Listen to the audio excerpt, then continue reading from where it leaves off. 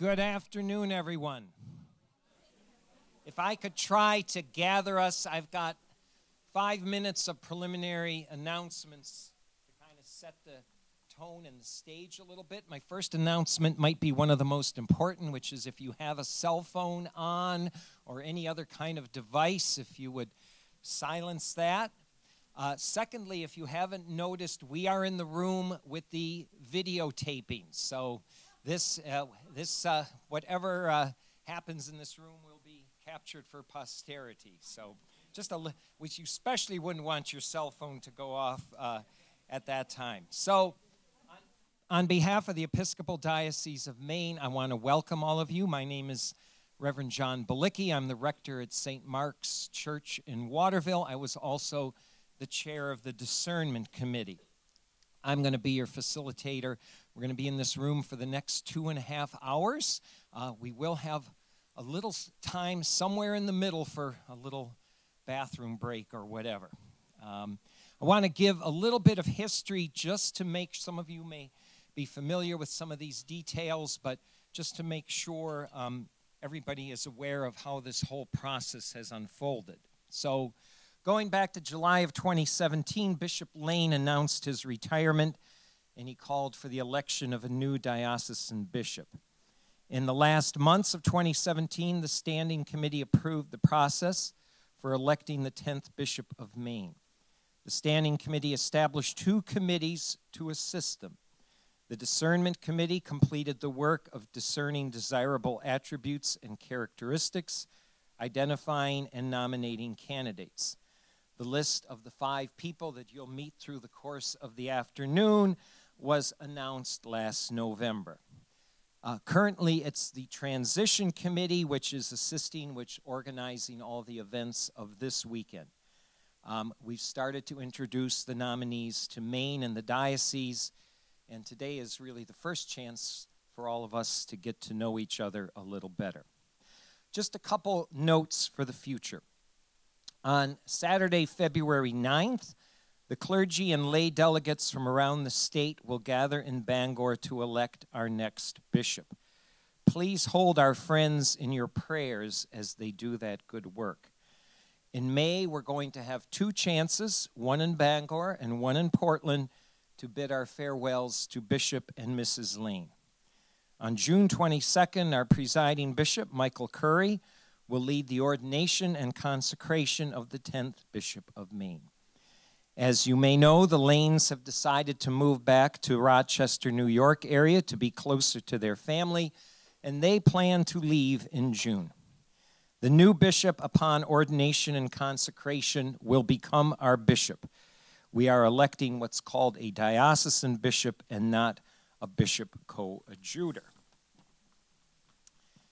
The format today is that all of us are going to stay in this room for the afternoon, and our 5 candidates will rotate from room to room.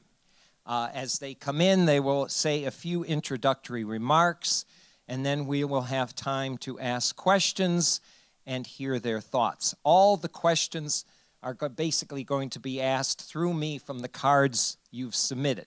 I know we won't quite have time probably to address all of them. We'll do the best we can in the half-hour time period that we have.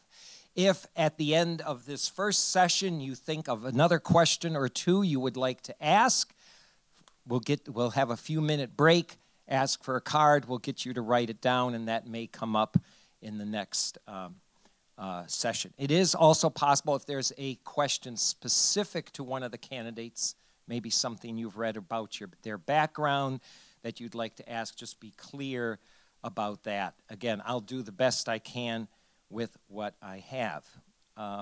It's going to be 30 minutes for each candidate. We have a timer in the back, Paul Wormer from St. Paul's in Brunswick. And again, if you need a break, simply invite people to head out to the restroom as quietly as you can, but we will be taking a little bit of time in between sessions. We have asked you, I have plenty of questions to ask, so that's good.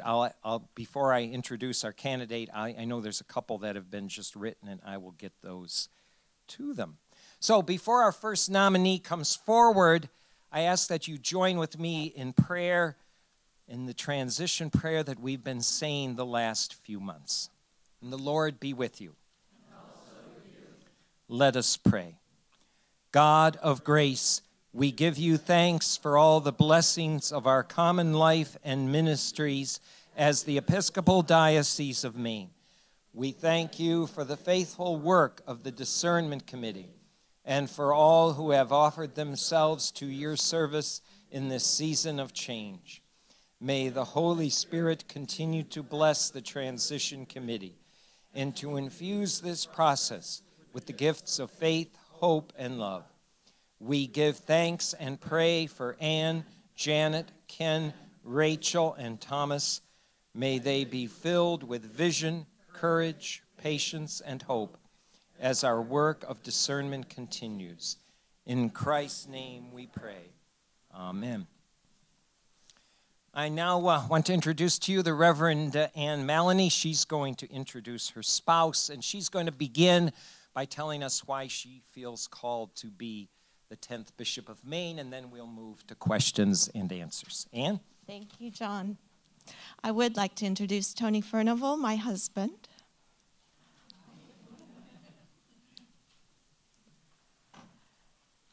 Our church is in the midst of seismic change. I have a feeling that you have a special understanding of what's happening. Imagine a lobster. In order to grow, a lobster must shed its hard and protective shell. During that time of growth, the lobster is vulnerable. There's risk and uncertainty. It's natural. The lobster cannot grow if it doesn't go through that phase. Our church has shed a lot. Now is a vulnerable time. It feels risky and uncertain. We are growing into a new way of being the body of Christ in the world, of being the way of love in the world. It's natural. You have a lot to offer. I have read your hopes and dreams. I want to help you develop your gifts. An exciting new life of fulfillment and joy awaits you in the church. For 32 years of ordained ministry, I have made it my job to listen. I have done that all around the church, with church people high and low, with Archbishops of Canterbury and Desmond Tutu, to deacons and priests who serve in small and struggling parishes, from prosperous and powerful parishioners to the sick and struggling on the margins of society.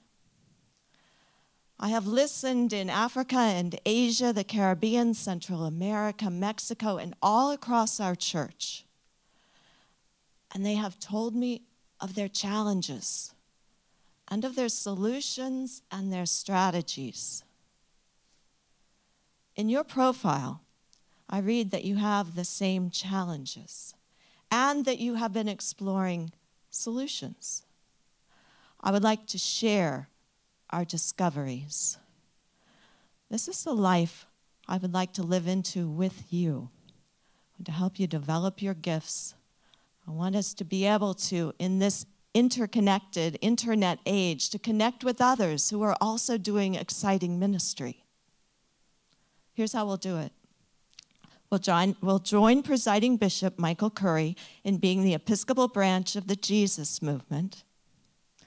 We'll claim our part in God's plan for redemption. And we will love one another and love the world around us. This is the future I want to live with you. The Spirit is dancing. Just a few words about me. I'm a Christian. I'm a priest. I am a wife. I am a sister.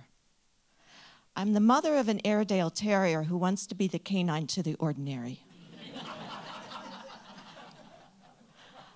I am a friend. I'm a native Kansan who has served in 4 dioceses in a variety of ministries. I'm adaptable. I can hold my own at a table with executives, and I am a pastor to the core. I am at ease in large cities, but what I really love is to be next to the fire with Tony with a cup of tea and a really good book in our home in the woods. I have been me all my life, and I know that it can take time to get to know me, but I have been told that it's worth it. I am all these things, but you are looking for a bishop. As your bishop, everything that I have been, everything that I have done, everything that I am will come together. Along with my lifelong love for Maine, my extraordinary experiences as a priest, pastoring both people and complex systems,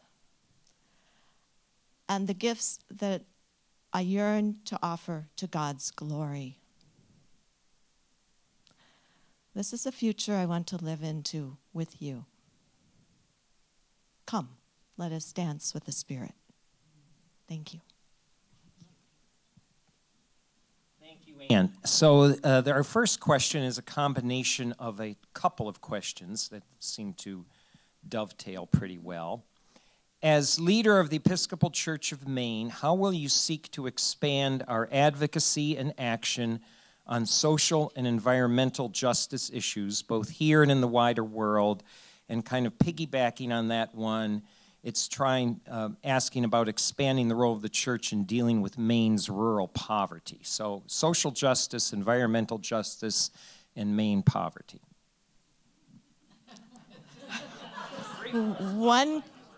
10 words or less? I'll give it a stab, and maybe you can ask follow-up questions if I don't answer what I'm hearing.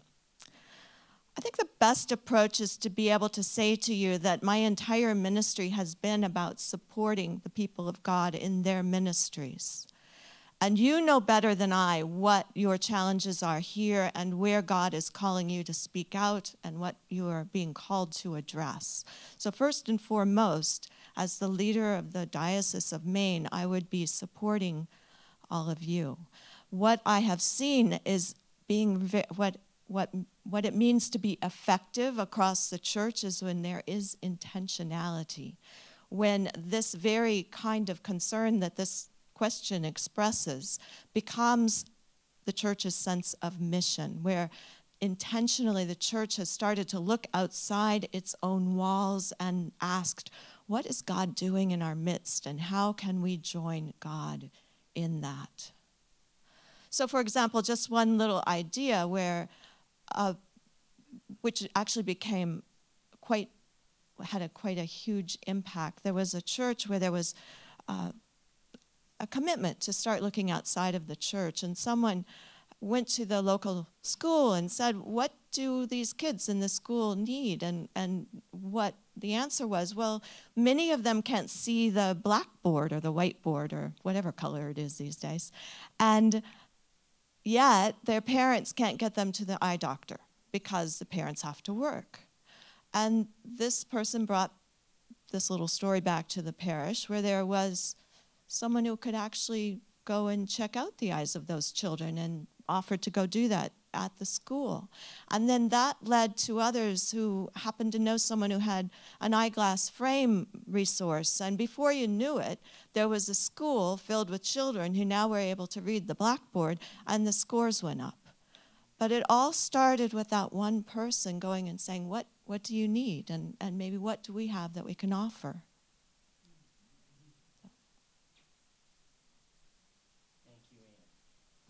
This dovetails a little bit. How do you see lay ministry fitting into the fabric of the church and its mission? Please offer some specifics.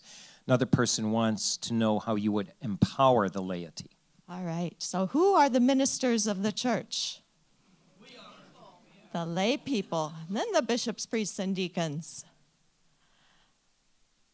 Again, where I have seen churches flourishing in a new phase of life is where they have rediscovered the importance of the baptized. And again, it takes intentionality to then provide the formation for the baptized to be able to know how to be Christians in this new day of ours, and importantly, how to talk about their faith and connect their faith with their daily lives. So to be able to equip all of us, and I have to tell you, it's not just the laity who need to know how to do this. The church today is not the church that ordained me. I have to learn again and again and again how to talk about my faith in this new day. So, but laity are key for the success of the Jesus movement going forward. So again, how to do this, I'll give you another example. I was in the cathedral in Hartford, and there was a wonderful parishioner named Rose, and she learned that there was some kind of meal provided for homeless men every day of the week except Sunday. And she came back to the cathedral and she said, this is on my heart. God has told me to do something about this. And so very simply, we began by having people build sandwiches after church and have those be available. And that was her idea. And all we had to do was just kind of reorganize Sunday around that effort. And that's now been, 16 years or so. This is an enormous ministry now in Hartford. And it really has changed the sense of Hartford and its sense of the cathedral, and then the sense of the cathedral and its commitment to the poor and the hungry in Hartford. So that's one example of just person by person paying attention, listening to what the Spirit is calling.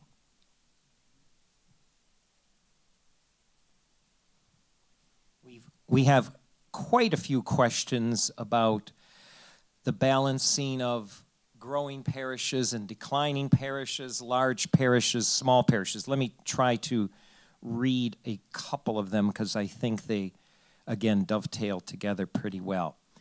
How would you expect to balance the competing interests of the few largely financially stable churches in our diocese with the many small churches struggling to survive? So that's a question about balance. And then a couple others want to know is there any ways to reverse the trends of declining parishes that are declining in both attendance and budget?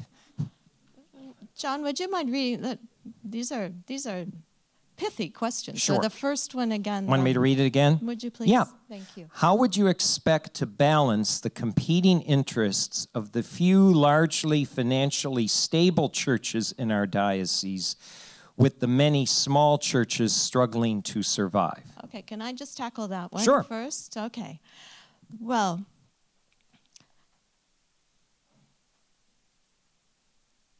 one of the things I want to address right away in that question is how to balance the competing. That suggests there's this limited amount of resources and time and energy, and there's some struggle and tension about who gets it. My approach would be to build on what I believe you already are doing. It's one of the things that really makes this an attractive diocese. Is you've already done a lot of this work where you've begun to see a whole, the Diocese of Maine as a whole, and everyone is part of that and have a common sense of mission. And then there's this enormous world beyond Maine, which I believe that once we continue to build the connections, because you've been doing that somewhat, there will be a switch from not what don't we have, the things that we lack, to, oh my goodness, we didn't realize we had these resources. And that, yes, there's this church over here that might have a lot more money, but here we have these fantastic, committed, passionate people who have time, and they have energy and imagination, and combining those two, we can have a really big impact. So I would say my approach, short term, would be simply reinforcing what you've already done to come up with a larger, our mission, as opposed to theirs and theirs and theirs and theirs. Okay. And then the next part would be how to address what some feel might be many of our smaller parishes who are struggling, declining attendance, declining financial budgets and things. Yes, and so I do know this is real, and this is one of the challenges that I have heard all across the church. But I want to tell you another story that just, I hope, will give you hope, because it is what really fuels my optimism. So there was a little church that really was discouraged. In fact, I would say the church was depressed, because once upon a time they had had lots of resources and people and prominence in their town, because they had the funds to be able to give grants to agencies in the town. And so they were seen as benefactors for good in their town. And yet they no longer could do that. And so they felt not only sorry they couldn't do that, they felt ashamed, and they didn't have a sense of what good they were because they couldn't do that anymore. But someone came and challenged them and said, well, okay, you don't have that money to give away, but let's do this. For the next 6 weeks, I'm going to invite anyone in this church who volunteers in some organization in town to come and tell us about your ministry. And you can invite people from that other organization, and we'll pray for you during that church service. And so they did that for a number of weeks, and it was electrifying, because what they suddenly discovered is they were not lacking impact in town, but what they began to do was what I was saying about connecting their faith and being able to articulate their faith with what their lives were about.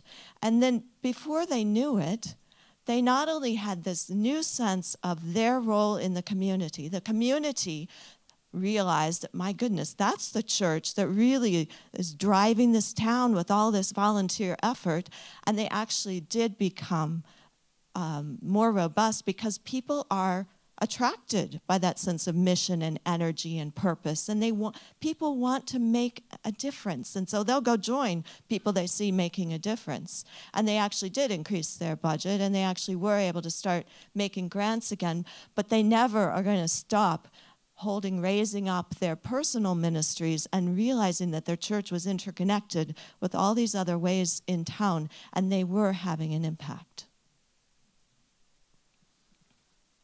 Okay, we have a question on liturgy. Whereas modernization of the liturgy has not seemed to draw younger families to us, what value do you see in tradition and supporting tradition in liturgy, evensong, morning prayer, rite one? I love liturgy. I am a cradle Episcopalian, so the Book of Common Prayer and our worship practice is key to my understanding of who we are as Episcopalians. And we no longer worship with the 1552 Book of Common Prayer, whatever that original one was.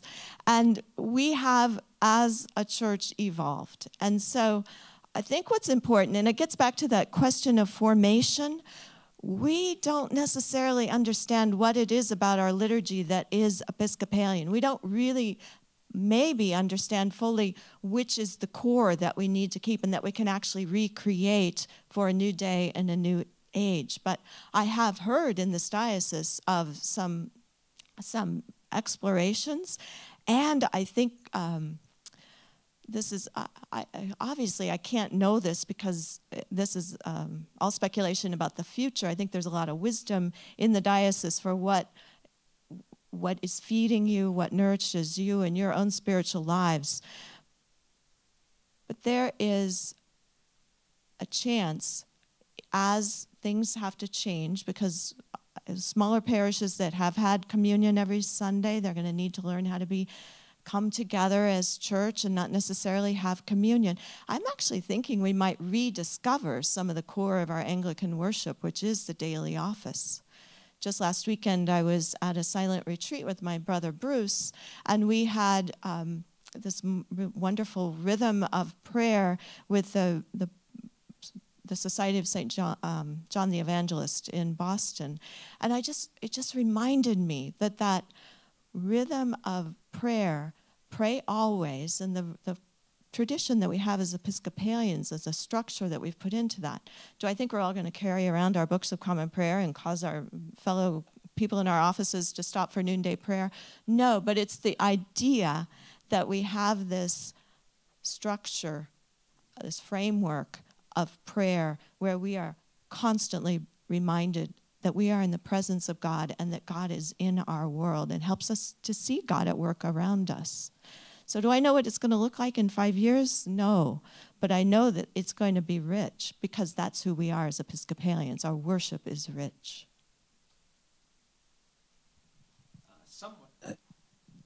Somewhat staying with liturgy, we have quite a few of our clergy in the diocese, perhaps like myself, who are nearing retirement age, and there's going to be a lot of turnover in the next years. So how would you, or what would be some ways for you to attract clergy, whether young or old, to come to Maine and serve our places so we aren't left without any priests in our parishes? Well, you know what I said a few minutes ago about people are attracted to mission. There are many young people who are pursuing a call to the ordained ministry. It's really a rather interesting phenomenon. The age of seminarians has decreased, which seems a surprise given what John said, which is very true, which at the Church Pension Group we're very aware of that. Young people are looking to serve where there's mission, where there's energy, where there are people who understand a new way of being church. They are looking to come be with people who are willing to experiment and think outside the box and think outside the walls of the church. So I would say the same things that I learned about you that have attracted me to coming here also would be appealing to young people who are in our seminaries. And it is remarkable to me the kind of entrepreneurial ideas that they're bringing to the table. And they are, they don't necessarily need a church to make it happen. So I'm thinking about, for example, the farm churches, the places that are discovering that if they have a side yard, they can form a garden, and that actually gardening together becomes the community builder, and they have Eucharist in the garden, and then they can feed their community. Related to that, I love this one, it's the compost church, where people come to church because they really want to get rid of that weekly compost. But there are all kinds of ideas like that. And so I think if you have the openness and the desire to follow where the Spirit leads, you will find there are people who want to do that with you. We have two questions on leadership. One is to give us one or two examples of how Maine's new bishop can lend leadership to individual parishes prior to crises. And one just wants to know your own leadership style. Okay. Well, those are related because my leadership style is collaborative. I also know when it's on me to make a decision, but I want to listen and I want to be part of the discovery process with others. So my hopes for the first 6 months as bishop would be to get out and understand what is, and get to know all of you as much as I can in the first 6 months. Just get the sense of the diocese. What are the challenges? Where are the flames of life? Where is the vitality? Where are the concerns? And then, of course, being able to understand what the local, the Loring House staff, which are fantastic, but they have a lot to share as well. They have a very good understanding and love and commitment to this diocese. So getting to know the diocese and then getting to know the civic parts of Maine, outside of the church. Who are the leaders in the church, and how can the Episcopal Church connect with the elected leaders, the civic leaders, and such. And and then just learning how to be a bishop. And one thing I have learned because of the privilege I have to go and be out in the church a lot, I've spent a lot of time with bishops. I've been with groups of bishops, and they help each other. They share what's working. They share their challenges. They share discoveries. They celebrate together, and they pray together when things are not going well. So I believe that just being able to connect with that wonderful community, the House of Bishops, would be a terrific resource for Maine. And I already feel quite connected to them. They're a wonderful group of people, and I know many of them and admire them deeply. Just to let you know, Ann, I think we have about 4 minutes. 5 minutes, so maybe we'll sneak 2 questions in here. Okay. Many people these days are in a process of discovering and naming their own gender and identity and sexual orientation. Transgender and gender fluid peoples are asking that their community, including their faith community, respect their identity. How familiar are you with all of this, and what is your pastoral response? Okay, well, I'm very familiar with it, and I commit to the baptismal covenant, as all of you have the same. We all have the same baptismal covenant to respect the dignity of every human being and to make sure everybody has justice. Everyone has what is due. That's what Jesus came to the world to do, to be sure that all humanity had its due. And I try to live my life so that I too live as Jesus in such a way that certainly all have their due, and there's nothing that I do that takes away from someone else's. So I am very aware. I think probably being in New York City, it's just not, I know it's still a discussion point for many, but it's not so much where I come from, which is not to say it's all perfect, not at all. Perhaps on that same theme, this person wants to comment on your perspective on spirituality regarding inclusiveness and acceptance of persons on different spiritual paths. Say, people who are not Christian or are looking into different varieties of spiritualities, say, beyond our own Christian path. Oh, well, I think that's a vital part of being part of a larger community and having an impact in the world. In your own profile, you said you wanted to be a force for good. And that really resonated with me. I want to be a force for good with you. And one of the ways to be sure that we are using all the resources we have is a larger community, and those from other faith journeys or no journeys at all, hoping that maybe they would learn from the company of those who are following faith journeys. So just a couple of examples. Again, in New York City, in Lower Manhattan, Trinity Parish, where I served for 10 years. As you know, St. Paul's Chapel is part of the parish, and every 10 years every year, we would observe the anniversary of 9/11. There's a beautiful bell in the backyard of the church, and we would ring that, and we often would have Rabbi, Imam, all many representatives of faith, and people who just felt spiritually drawn to come and pray for peace and ring that bell. It was called Bell of Hope. When there was this horrendous outcry in Lower Manhattan against the 9/11 mosque, I spoke out on the part of Trinity to welcome them to the neighborhood. In fact, to remind the neighborhood they had been here all along. They had been worshiping at St. Paul years before. They'd actually outgrown the chapel.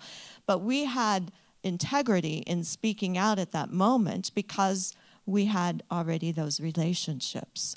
And you never know when you're going to need to call on those relationships. So I've been able to go to many of the revivals that Michael Curry has done, which are really exciting, and everyone is different in every different diocese where he's been. But I was in Pittsburgh, and they had this special effort in Pittsburgh during the revival to form a community with the Jewish community and the Muslims and a whole interfaith group. Little did they know that it would not be too long after that when the horrendous Tree of Life tragedy happened, where because they had forged those communities, that network of relationships in the faith community, they were able to stand together in the society and help their city get through that tragic time. And again, they had integrity because they already had those relationships in place. Thank you, Anne. We are out of time for this rotation, so let's thank Anne for her time with us. I'd like to introduce you to the Reverend Janet Wagner. And Janet, I will let you introduce your husband, and you have some time to tell us whatever you'd like to. Good afternoon. It is good to be with you this afternoon. Let me introduce my husband, Ed Wagner. The spouses are intrepid in this deal. My husband, Ed, is a theology professor, and I am graced to have his support and encouragement in all of this. And he's sitting there praying for me right now, along with we have shepherds, along with my shepherd, Mary Lee. So we are grateful for our shepherds. I want to tell you a few things about myself that are not in the paperwork that I wrote, that some of you have probably read, maybe most of you. I like football quite a bit, and my favorite team is the Patriots. I know that that is the right answer, but it is also the truth. Ed and I and our kids lived in Connecticut before we went to Texas, and I learned to love the Patriots because of their commitment to hard work and because of their commitment to work together. I don't know of another football team that the quarterback doesn't get paid 5 or 6 times the amount of the other guys, right? I think that's a good place to start for life, is to level the playing field a little bit and work hard together and see what we can accomplish. I love music, all kinds of music. My major instrument, as they said in college, was voice. I play the piano terribly. I play the flute a little bit better, but I love to sing.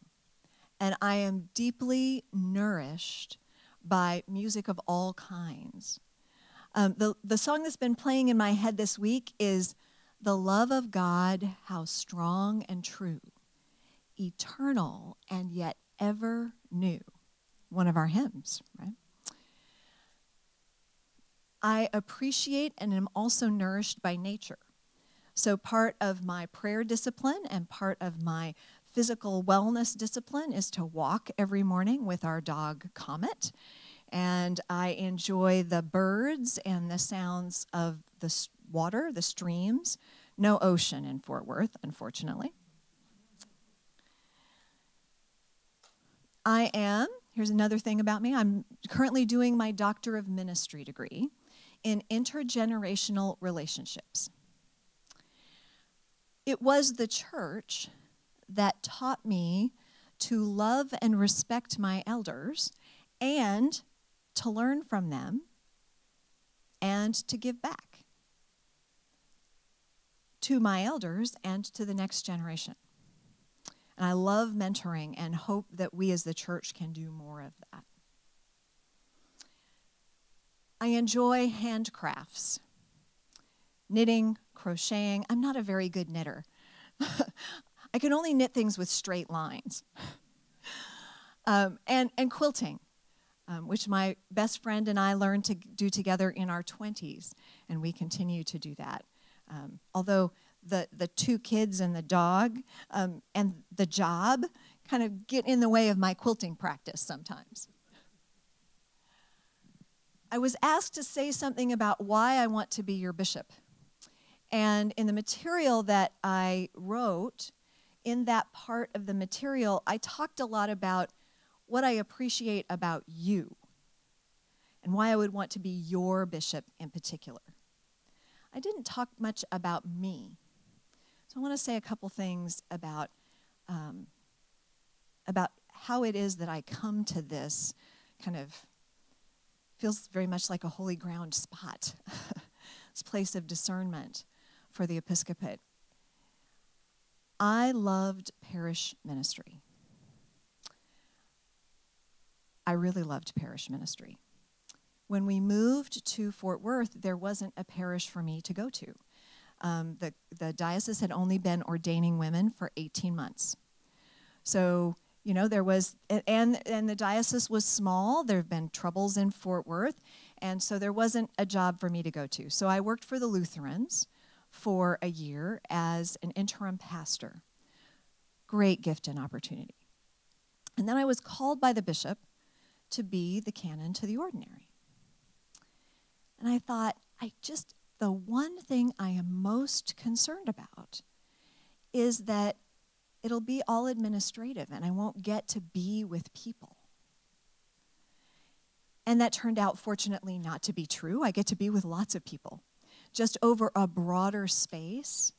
And another area of ministry opened up, and that was relationship with congregations and their leaders. I was afraid if I was a diocesan administrator that I wouldn't be able to see lives transformed and to participate that on an on-the-ground level. And fortunately, I get to do that all the time with communities. So now I have experience doing that, and I want to do it more. I want to be even more on the front lines with congregations, dreaming and planning and working and trying new things. That's my passion. And I would love to work with your congregations and to learn with your congregations what you are called to do in your unique contexts. Thank you, Janet. So, first question, a couple of parts. How do you see lay ministry fitting into the fabric of the church and its mission? Please offer some specifics. And another question was, how would you empower the laity? So, kind of related.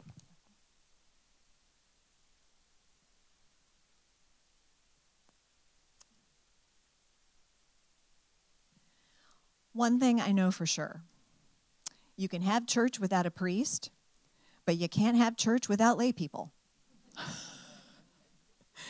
It's not church. You know that a priest cannot do Eucharist for him or herself alone.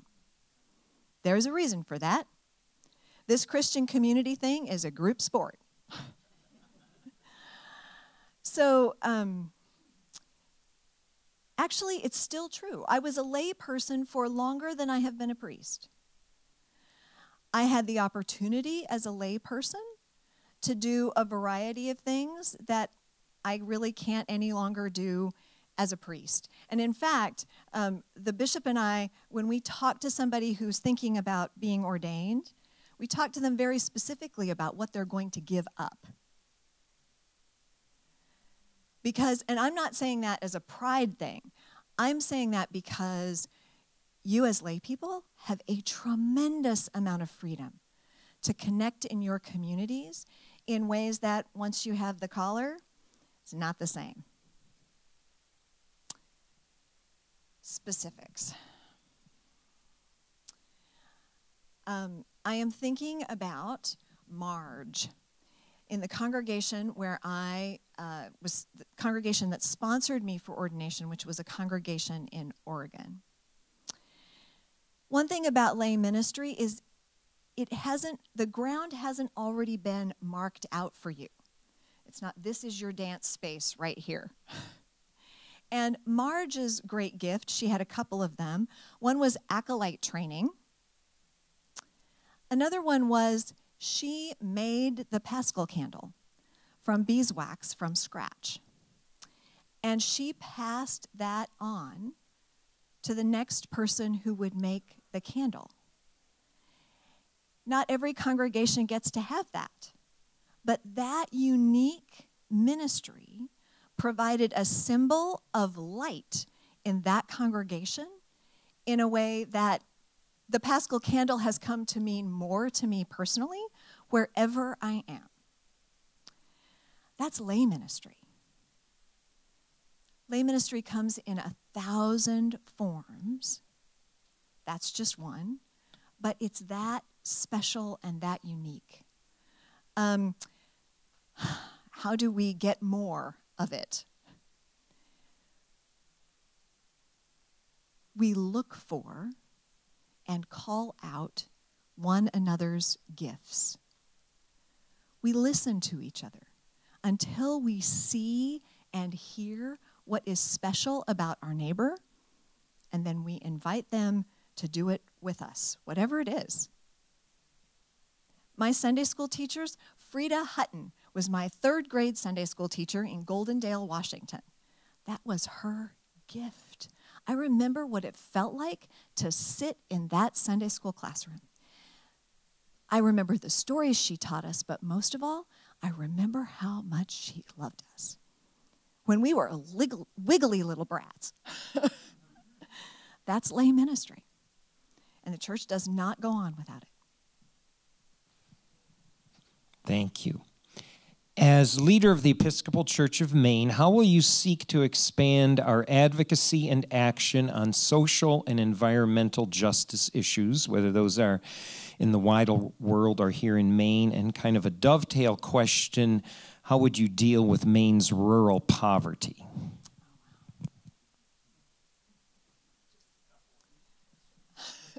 Easy questions, right? No softballs here. Well, life is like that, right? Life is really like we're talking about right now. Not easy.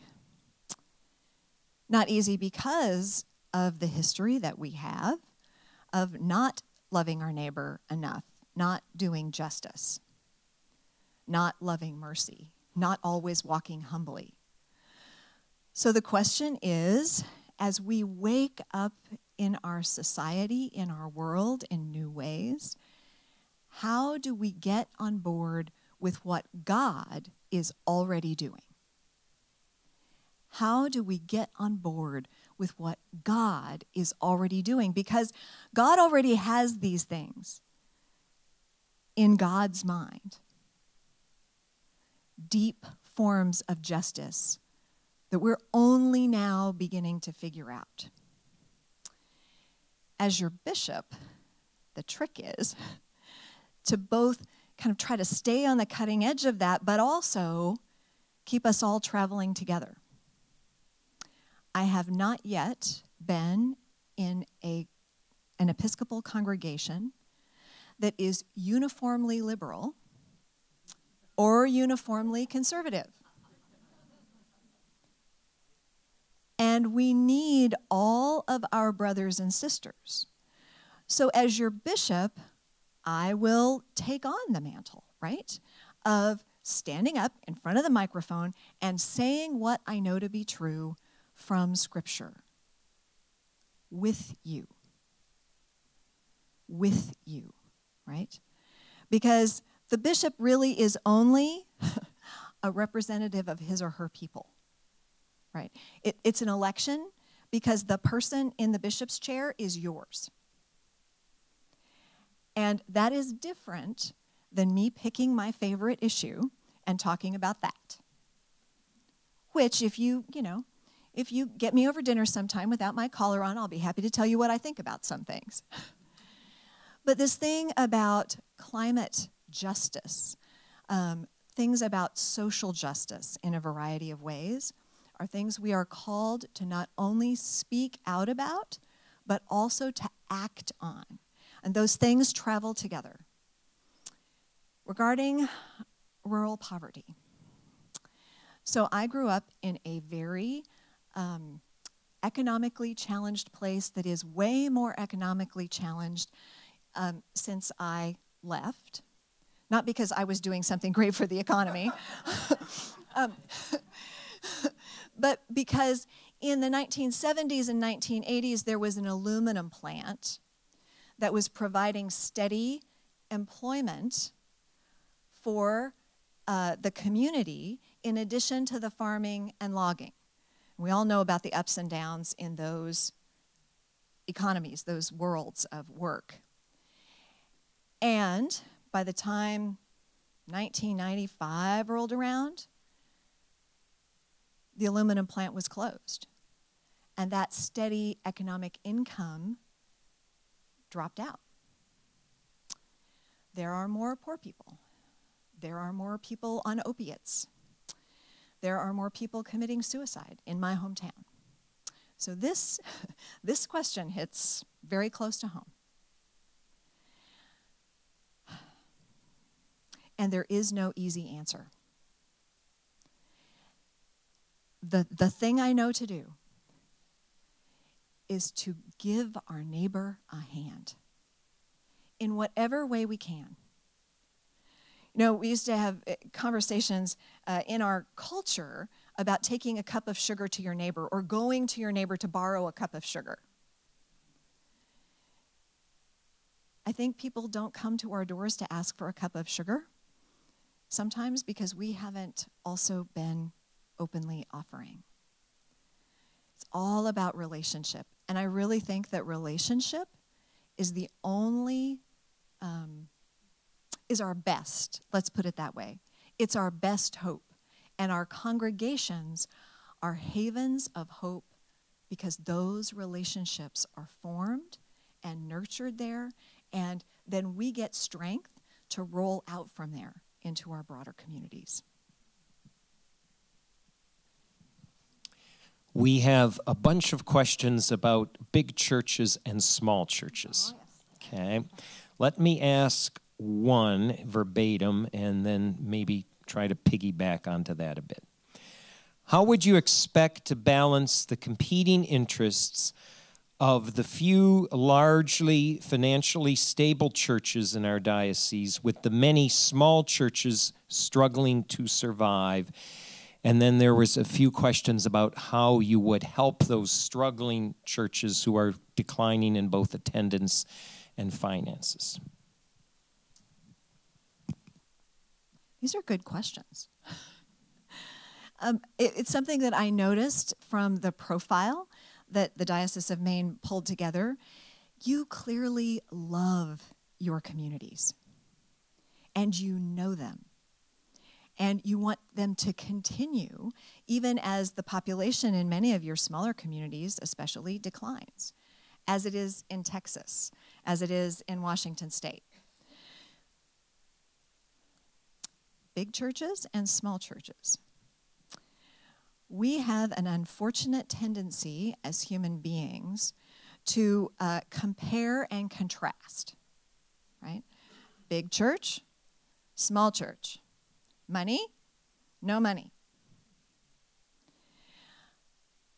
The first important thing we have to do is have the courage, take the risk to tell each other in our wider diocesan community about the joys and the challenges of all of our contexts. Big churches don't have less challenges. They may not always have the money challenge, but there are others. Small churches may have the money challenge, but they have relationships in many cases that go back generations. So I think the first important thing is to expand that conversation and to make sure that that conversation doesn't start in an us versus them place. Then, as we follow Jesus, who was generous, we have to learn to be generous with each other. Sometimes that means money. Sometimes that means mentoring. We have a couple of small congregations in our diocese that somebody from one of the larger congregations does their books for them, right? Because they don't have a bookkeeper type person in their midst, and somebody from one of the larger, more well-heeled congregations has stepped forward to say, that's something I can do. We have clergy who are retired, quote unquote. Some of them have tried to retire for 2 or 3 or 4 times. Who are traveling to some of our small congregations, and they're certainly not doing it for the money. Some of our smaller congregations have been strengthened by needing to have lay leaders raised up among them to preach and celebrate, not the Eucharist, morning prayer, on the Sundays when the priest can't be there. And that can be a struggle. In some of our congregations, they feel the weight of that responsibility and they're not so joyful about it. Others are like, yes, we can do this. We want to do it. It's making us stronger. And listening to those nuances is a really important thing, I think, for your bishop to do, because it matters. It matters for the survival of our congregations, both large and small, that we don't label them, oh, this is a congregation that needs this kind of a priest, and this congregation is the same size, it must need the same kind of priest, right? No. And so it's a lot of listening. It's a lot of work. That's what I've learned working alongside the bishop. It's a lot of work. But remember what I said about the Patriots. Thank you, Janet. Whereas modernization of the liturgy has not seemed to draw younger families to us, what value do you see in tradition and supporting tradition in liturgy, evensong, morning prayer? You just spoke briefly about Rite One.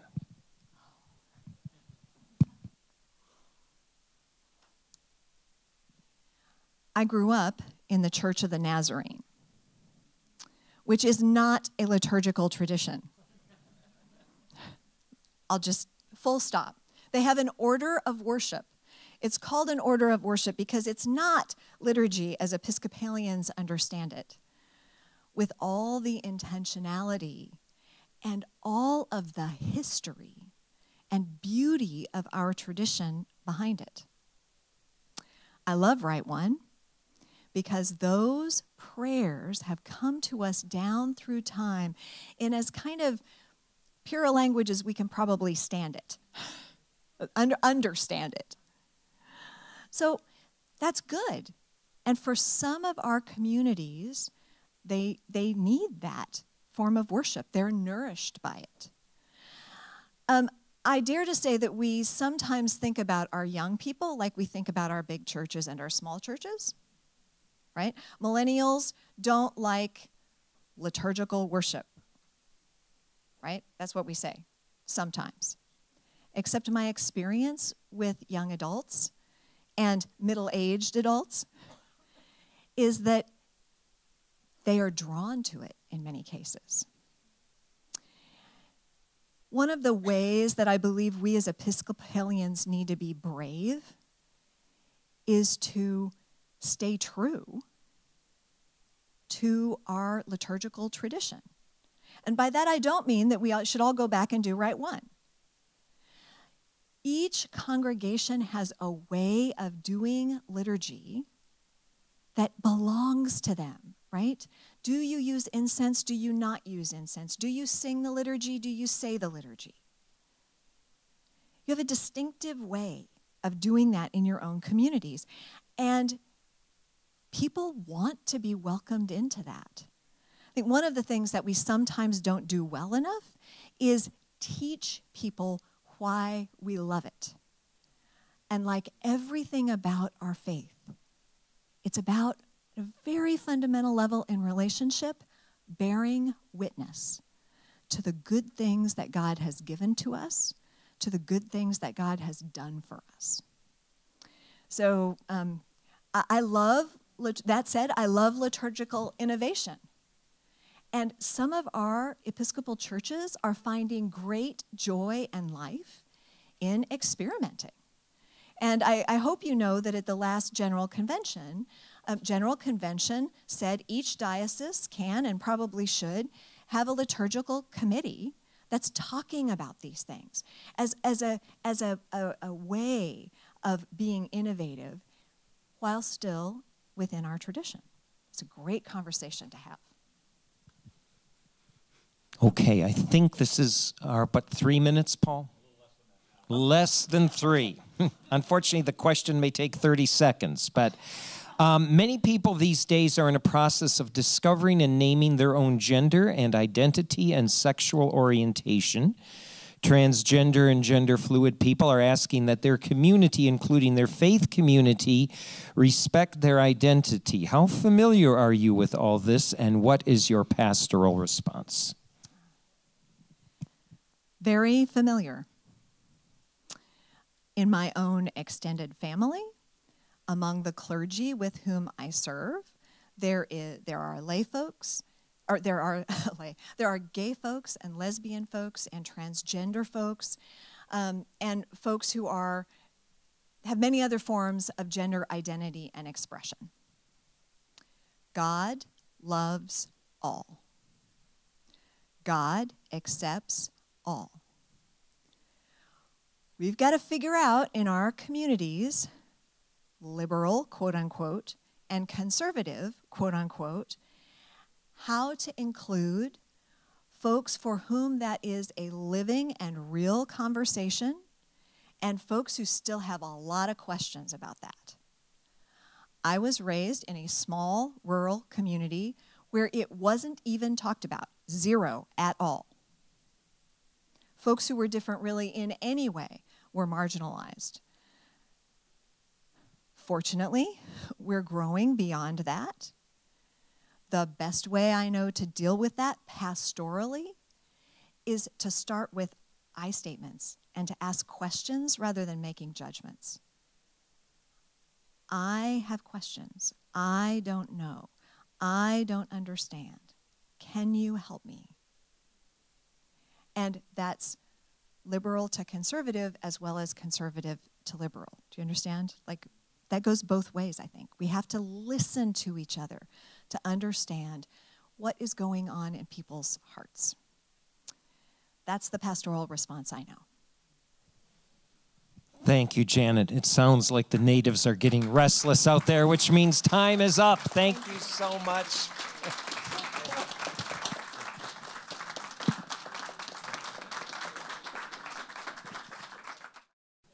Thank you. And I'd like to introduce you to the Reverend Ken Brannon, and he's going to introduce you to his spouse and tell us why he wants to be the 10th Bishop of Maine. I love it. Thank you, John. So I am Ken. I'm currently rector of St. Thomas Episcopal Church in Sun Valley, Idaho, and I'm here with Rachel, my wife. She really deserves a hand. I think all the spouses do. Rachel's a clinical social worker. She works as a social worker in our local hospital on the Med-Surg unit, and she also has a private practice. And so she also went to seminary, so when I need some go-to for theology questions or whatever, Rachel's the one I go to. So my name is Ken, and it's interesting, this question, why do you want to be the 10th Bishop of Maine? And it's a valid question, and I'll answer it. But right off the bat, it makes me uneasy because it's a little bit of a question of ambition or, why do you want to do this? And that's not my experience of what the process has been. My experience is there have been many people who have put themselves forward to say, I would like to be considered as bishop. And there's just been this amazing listening process with the discernment committee and the transition committee. And it just feels very holy and it genuinely, and not just lip service. And it feels like we're being reminded that God is calling all of us into something and we're just figuring out what it is. But I'm so grateful that there are 4 other nominees and beyond that applied who say, I'm willing to serve the church in this way, because it's just a particular kind of service in the church. And it's as bishop. And that is a unique calling. It's a unique order of ministry, and not everyone is well suited for it. And so I don't just come here in my own power saying, raising my hand, I want to be bishop. This has come out of years of discernment. I have a small group from seminary. I went to Virginia Theological Seminary, and there are 7 of us who formed a study group at seminary to kind of survive, and the classes are really hard and comparing study notes or whatever. And out of that came a deep love for one another, and we decided that we wanted to keep faith with each other past seminary. It's been 15 years now, and we meet every month by conference call and every year by retreat in Montana. And I can't tell you the power of having a group help you discern who you are. That's what we do for each other. And we come and we share some things that are going difficult, some things that are going well, and we always end the sharing of that one person by laying hands on them and for healing and for ministry.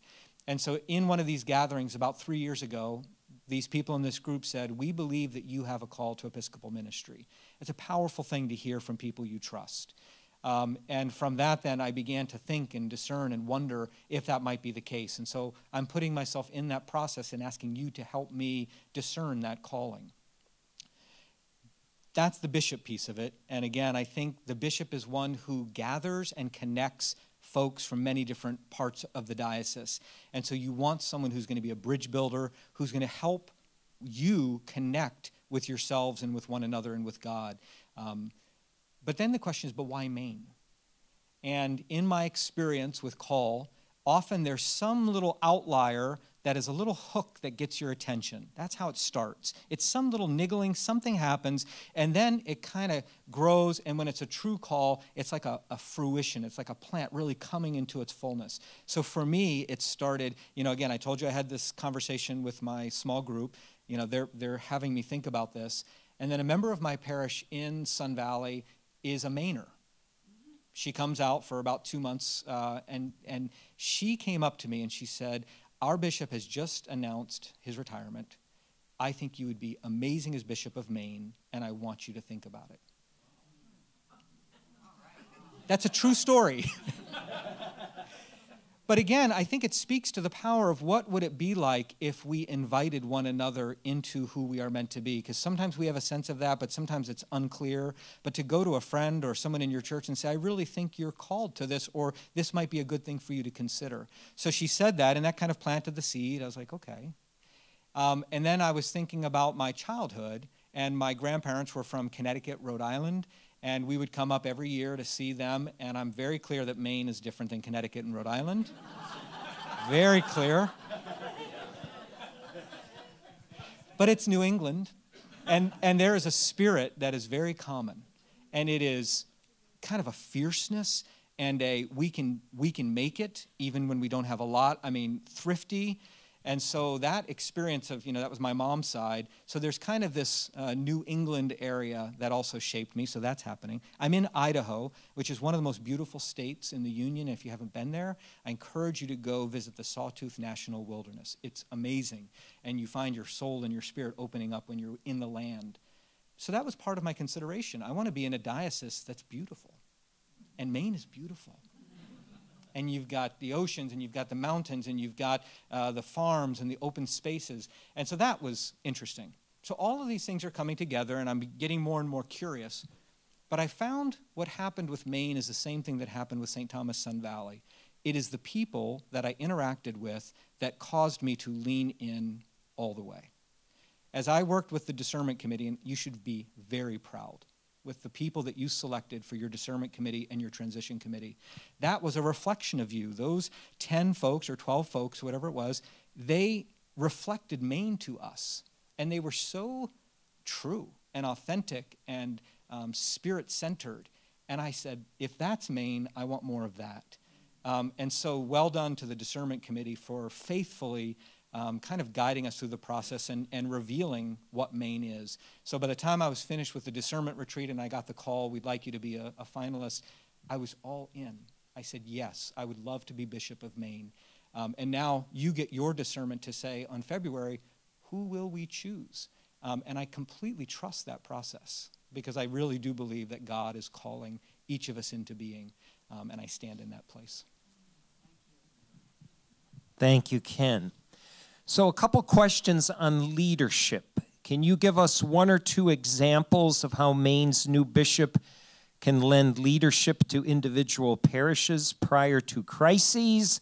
And just a question to describe your leadership style. Okay, good, thank you. I hope you call a leader to be Bishop of Maine, but I want to talk about the word leader a little bit, because in some quarters that means, big, strong, do what I say, forceful, that's leadership. I have been trained in a way where I see leadership differently. I was part of the Clergy Leadership Project, which met over 2 years, and it drew people from Episcopal priests, selected priests from around the nation to study leadership. any one of us can exercise leadership, and the noun leader is a little bit, it's a killer. Because if you get into that leader role, then it means you can't ever be a follower, you can't ever be an explorer or whatever. So what I would say is you want someone who can exercise leadership, but is not married to being a leader. Because otherwise it becomes much less mutual. And what I have found the most successful things I've done in my parish setting are those where I am clear that something needs to happen, something needs to change, but then I call the best people around me to talk about it. And an example for us at St. Thomas was we had 8 o'clock worship, right 1. We had 9:30 worship, right 2. Fabulous prayer book base. I loved it. But I got the sense that we were missing something in terms of a worship offering for those in our community who might not respond to traditional prayer book language. So I brought together my amazing staff, and I'm blessed to have a staff at St. Thomas, and I said, I wonder what we could create, what we could build that would be classic Christianity, ancient Christianity, but also fresh, just, different. And this group together came up with something called Sacred Space, and it meets on Sunday evenings. And I'm telling you, I get fed. Now, so I'm supposedly the leader of St. Thomas, but I get to sit and be fed by this service. It is contemplative. It is, lots of singing and chanting. The sermon is not a traditional sermon where the preacher preaches at people. We're kind of in a circle, and we hear the gospel read 3 times in a meditative way, and each time after each reading of the gospel, the people who are coming respond to a question and basically preach the sermon. So I would suggest to you that that's leadership, because there were several steps. It was recognizing that we needed something, that something was missing but not being quite sure what it was, calling together the right people, being willing to take risks. We've done it for a few years. Some things have worked well. Some things we jettisoned and tried something new. But we've now landed on something which I think is kind of a spiritual center of our church. And I think the leadership was really bringing those people together and letting it evolve. There's a way that the Holy Spirit wants to do this work in us, but it is collaborative. So we have many questions about old churches, small churches, and big churches. All right. So like a Dr. Seuss novel. So one would like to know how you would deal with our aging congregations and whether there's ways to attract young families. Okay. And then there are other questions about how to help our smaller churches, those with declining attendance and budgets, and how you balance those smaller churches with a few of our larger and more successful churches in the diocese. Perfect. One of the things about these questions is, did you hear, how do we deal with aging congregations? They're not a problem.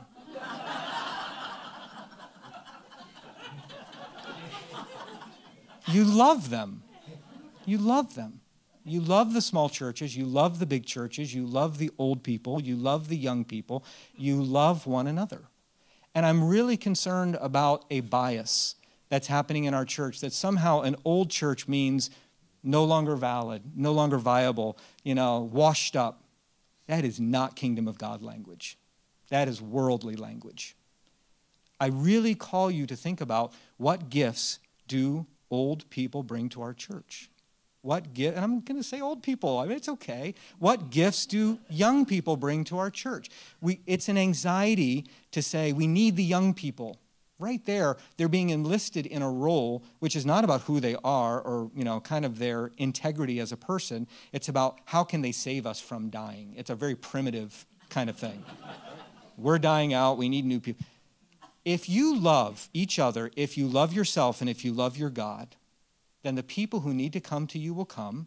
And if your church needs to close, it will close. And if one needs to be born, it will be born. I really think what is hard is letting go.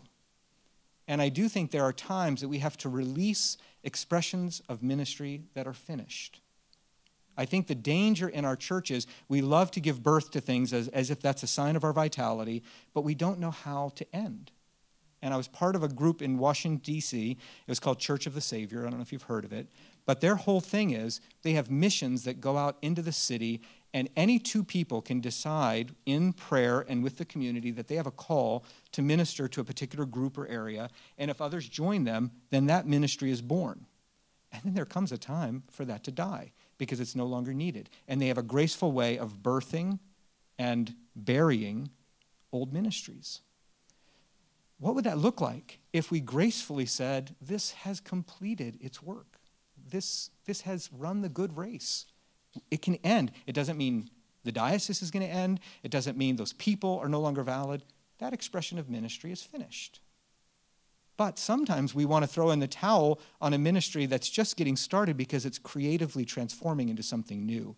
So this is what we have to watch. Sometimes an old expression is finished, but a new expression is coming. And how do you, with your bishop, with other supportive churches, kind of give birth to something new that's trying to happen and let go of that which is done, which is finished, but something new that's coming?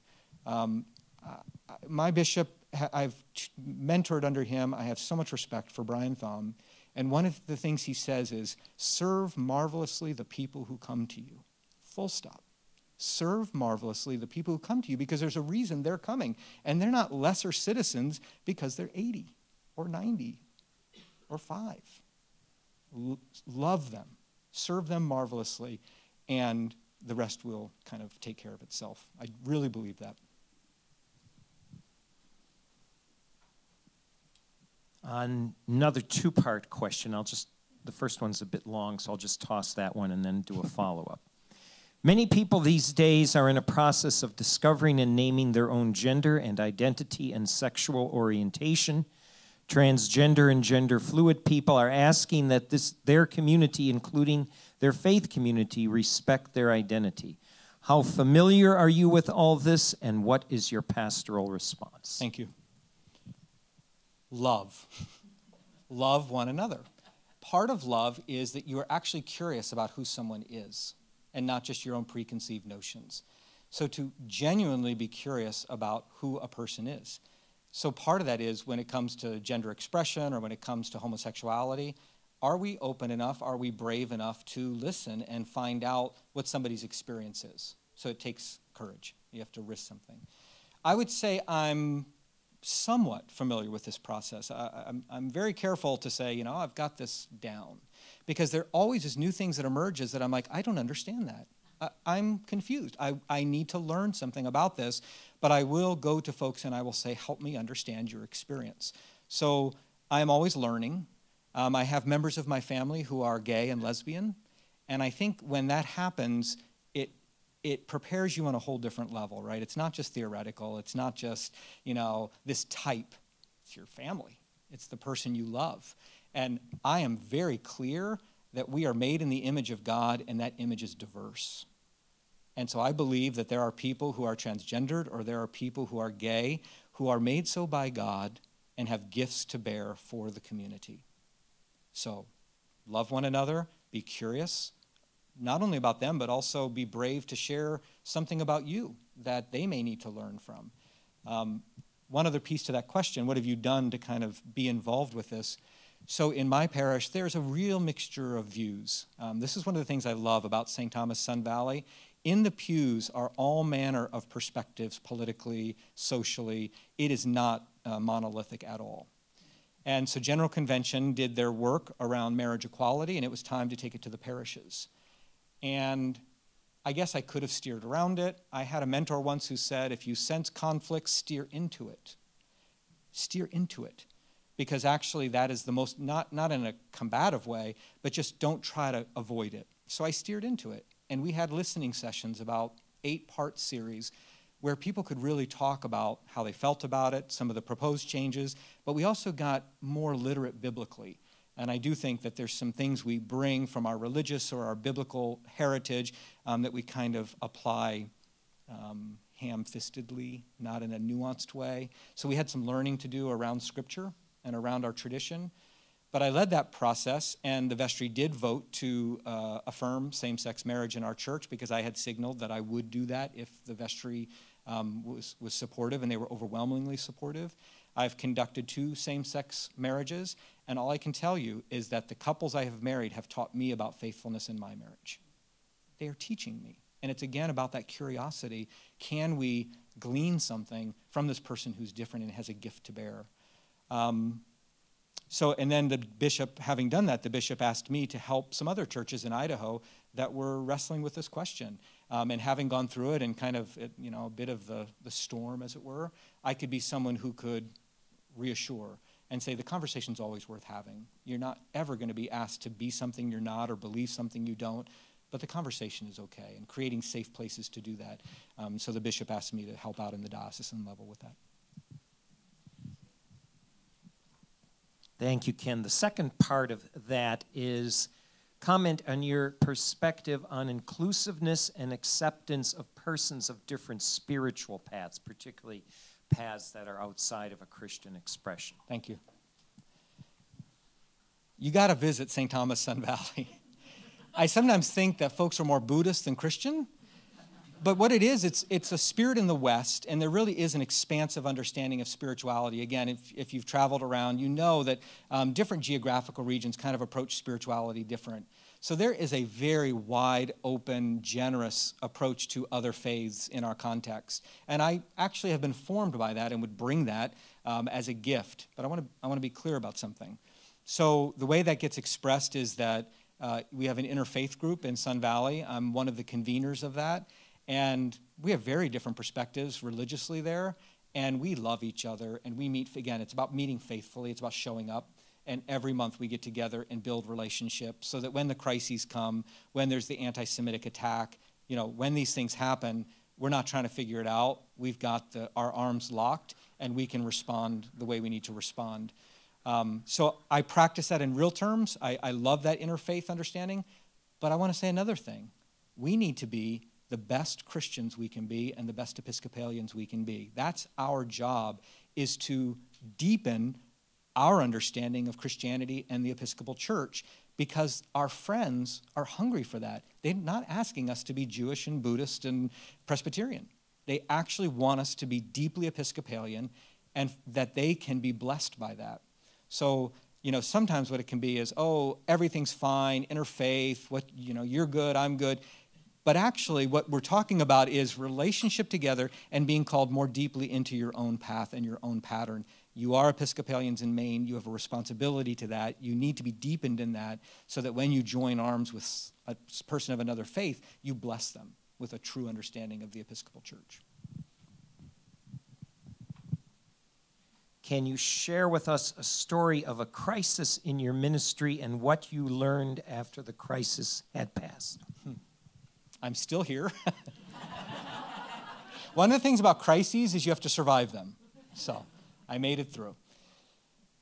Any priest worth anything will tell you that there comes a point in their ministry where everything is at stake. It's really scary. And it might happen early in your ministry, it might happen later in your ministry, but it happens.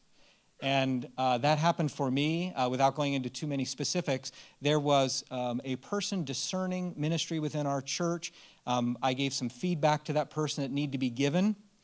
And the reaction was immense, and left the church, and there was the danger of splitting. There was a danger of dividing as a church.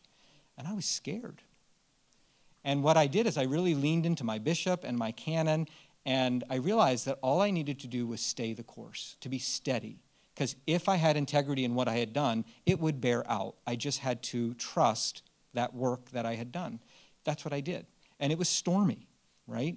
Because people don't understand what's happening. Sometimes in the pews, they don't have all the information. They hear stories.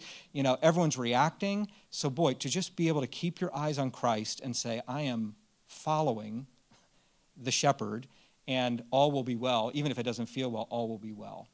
That's what that experience of Christ has taught me. And I will tell you, our church is stronger. We are more united. And I think a lot of healing has happened both in that person and in me. So there's a new opportunity for reconciliation happening. So I think what I would say is, when those moments come where it feels like everything's at stake. And for me, two things: leaning into the support of my bishop and my canon, but also keeping my eyes in Christ and trusting that I was operating out of, because you have to do your own self-checking. Am I operating out of a true and a holy place? And then you just stand. And it's amazing how things find their equilibrium if you can stand. Just stand. My wife has a private practice, and on her business card it says a seat for your soul. And that's what I'm talking about, where you can just sit and endure the winds until there's more clarity. How are we doing on time, John? 6 minutes, 30 seconds.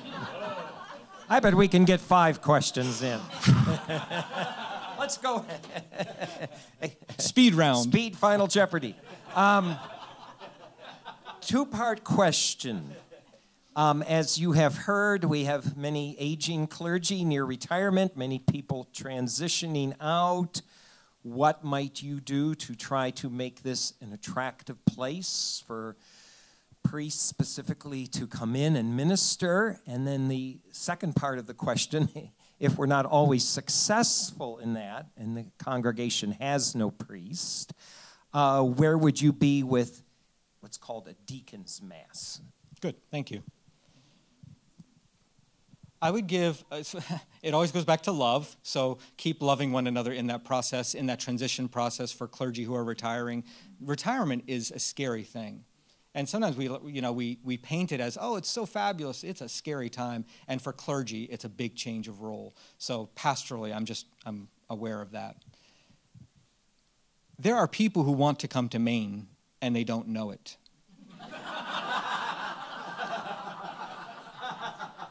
You have to get out, and you have to make it available. And you did that with your bishop search. You put out this profile. You invited people to apply. You showed the best of the diocese through a discernment committee. And here we are. There's 5 of us. I really think there needs to be a more active presence on the seminary campuses, honestly. I think sometimes we sit back. It's like church. Well, our door is open, so maybe they'll come into church. And we just kind of watch them drive by. Folks, if you've been in the business world, if you want somebody, you recruit them. And you talk to people who know people, and you get that person to apply. It is not a passive process. So this is where my more forward motion would come. We have got to get to know our seminaries, and we need to get to know the students in the seminaries and have a presence there. Because if you have a beautiful picture of Maine, and if you have people there who are full of integrity and authenticity, there are seminarians who are just waiting to be invited. So I would say get a little more directive and proactive about recruiting. Because if you just sit back, you're kind of far away, and they may not drive by because it takes a while to get to Maine. That might be one thing. The other thing I'm very clear on is that there are 4 orders of ministry, and they are distinct, and they each have different gifts and purposes. I am clear, although if I came here, I would be open to talking with you more about this. So this is not like a line in the sand that could never change. I believe that it is the priest and the bishop who are called to celebrate Eucharist. I believe the deacon is called to read the gospel and to bid the repentance and to dismiss, to send into the world. The deacon is the one standing at the threshold between the church and the world, interpreting the needs of the world to the church and the needs of the church to the world. So if you have a deacon basically do all things and become all things, you're actually watering down their call. So what I would say is, I do believe it's priests and bishops who are called to celebrate Eucharist, but distribution of communion, I think, is clearly appropriate.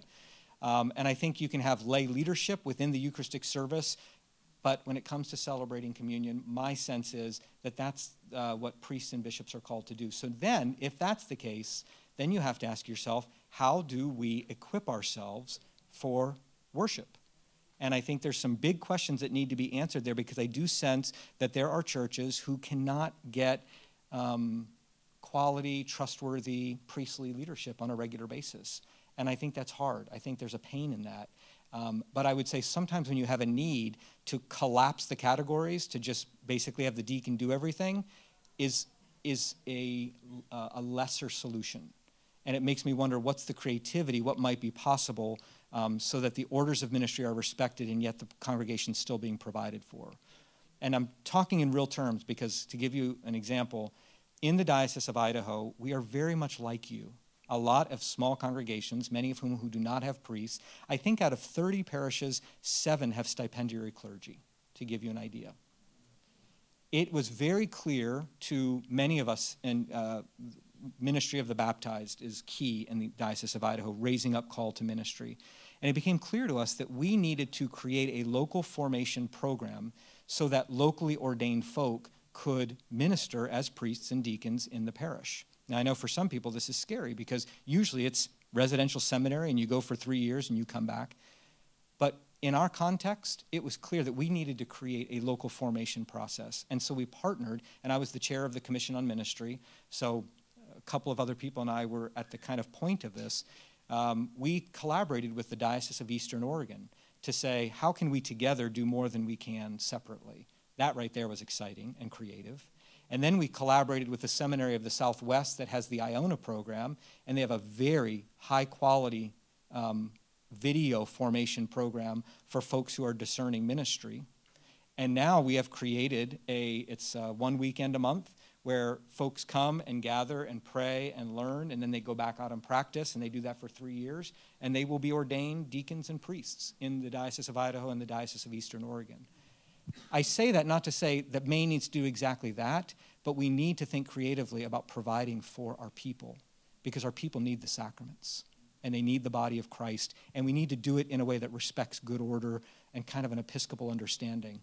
So I understand it's a problem, but I would want to think broadly about how do we feed people and not just have the deacon do it all.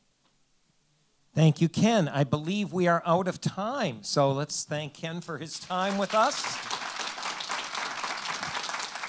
Everybody to take their seat. Thanks for hanging in there. I know our breaks are not particularly long, but we're trying to get this done more or less on time and get you all home. So I'd like to introduce to you all the Reverend Rachel Tabor Hamilton. She will say a little bit about herself and why she wants to be the 10th Bishop of Maine, and I invite you to introduce your spouse as well, Rachel. Thank you very much. Thank you, first of all, I'm so glad and excited to be a part of your discernment process and to be in this journey with you together. So thank you. I'm just delighted. I'm Rachel Tabor Hamilton. I'm currently a priest, canonically resident in the Diocese of Olympia, which is Western Washington State. And before I go further more about myself, I want my husband to have a chance to say hello to you. Hello everyone, my name is Nigel Tabor Hamilton. I am the rector of St. Augustine's in the Woods Episcopal Church in Freeland. That's on the south end of Whitby Island. I've been there for 18 years. Rachel's parish in Everett is closer to our house than mine is, but I don't have to worry about a ferry, so I'm very lucky. I've been there for 18 years, and I'm retiring on May 1st, so if you want her to do anything after that, I'm available too. May 1st is also our 26th wedding anniversary, so it's coincidental. Thank you. Thank you. So something about me, because a lot of the language I use is going to be about social cultural anthropology, and that's because I academically am a cultural anthropologist and a folklorist. And in my anthropology studies, it's looking at how cultures form and change over time, and how do traditions work, and what is their role.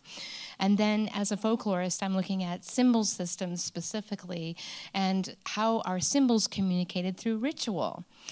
So when I made the transition to becoming a minister, all of that informs a lot of the education I provide and the way I understand churching, both as a culture, an organization, and as ritual and worship and faith. So all of that is involved.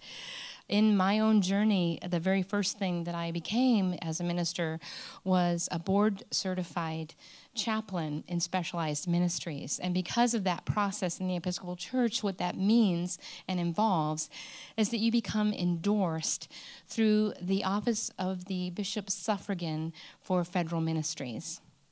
So I am endorsed by that body as well as in my parochial ministry. And in my parochial ministry, which has mostly been in our diocese in Washington, my reputation there is also for taking on parishes or being invited into parishes that have experienced organizational trauma. Because it's addressing it not only on its organizational level of recovery, but in its emotional, pastoral recovery of individuals. So bringing in both skill sets of administration and skill sets of pastoral care, because both happen, right? In my model of approaching organizational development, we have to address the real needs of an organization so that it can exist and maintain its ministries and its people, but also the emotional system. In parish life especially, if the emotional system isn't healthy or operating well and transparently, then the organizational system cannot move forward and evolve the way that it needs to because of the emotional system response. So addressing both of those things. One of the parishes that I had was a parish that, after Gene Robinson was consecrated, was one of 2 parishes that were trying to be removed from the diocese. And in the case of the parish I was invited to take, the parish, the remaining Episcopalians, had been forced off the property, and they were meeting in each other's homes. So I can tell you that I have been the rector of a parish of 12 and of 400. The parish I have currently has about 400 members to it. And of course, at Easter and Christmas, you're surprised at how many more you actually have. So working at all levels of the organization has also been important to me for the past 10 years, because it was actually when I was here in Maine, when I was invited out by Maine General to be the director of pastoral care for Maine General at an important time when it was evolving and merging into a new entity. And if you can imagine it, similar to parish life, there were different identities and subcultures that were suddenly being asked to come into being something unified. So not only was that, in that context, developing a pastoral care department, I was also working with organizational leaders to help that integration of identity. So in that case, when I came back to Washington again after that period of time, I also brought with me a sense that of some real things I learned in Maine. Because when I was there, 2 things happened. That was the first time I got a call from my bishop in Olympia who asked me to please discern for the episcopacy. And I said, in my vocational journey, I don't know how it's been for some of you, but it hasn't always felt like skipping through daisies. It has involved in a real relationship. My relationship with God has involved moments of, what do you think you're doing? And I'm not sure about that. So my own vocational journey has been always very, very careful. So when the bishop asked me to start discerning for that, I said to myself, it's my obligation, if I'm going to really respond to that, to know the organization at every level and the emotional system of our church, but also the Anglican Communion, because we're a part of that. And some of our dialogue as a church and a tradition has been about, who are we in that? And how are we different? And how do we relate to the rest of it? So all of that, for me, has expressed itself kind of specifically in my work with ethnic ministries in the church. As an Indigenous person, my work has been with an Indigenous ministry community. Even as I've been doing parochial work or chaplaincy work, I've always been engaged with the Episcopal Indigenous minister. And so right now, our missioner, Brad Hoff, is out of the presiding bishop's office. And I was very gratified in my quest to understand the organization to become a deputy to convention for the past couple of times. And this last convention was able to work with the Indigenous missioner and our community to create 2 resolutions that were passed by General Convention that created a new position for educating for ministry in our Indigenous communities. So those kinds of successes and have also contributed to my understanding of how we actually are working as a governance system, as a larger community.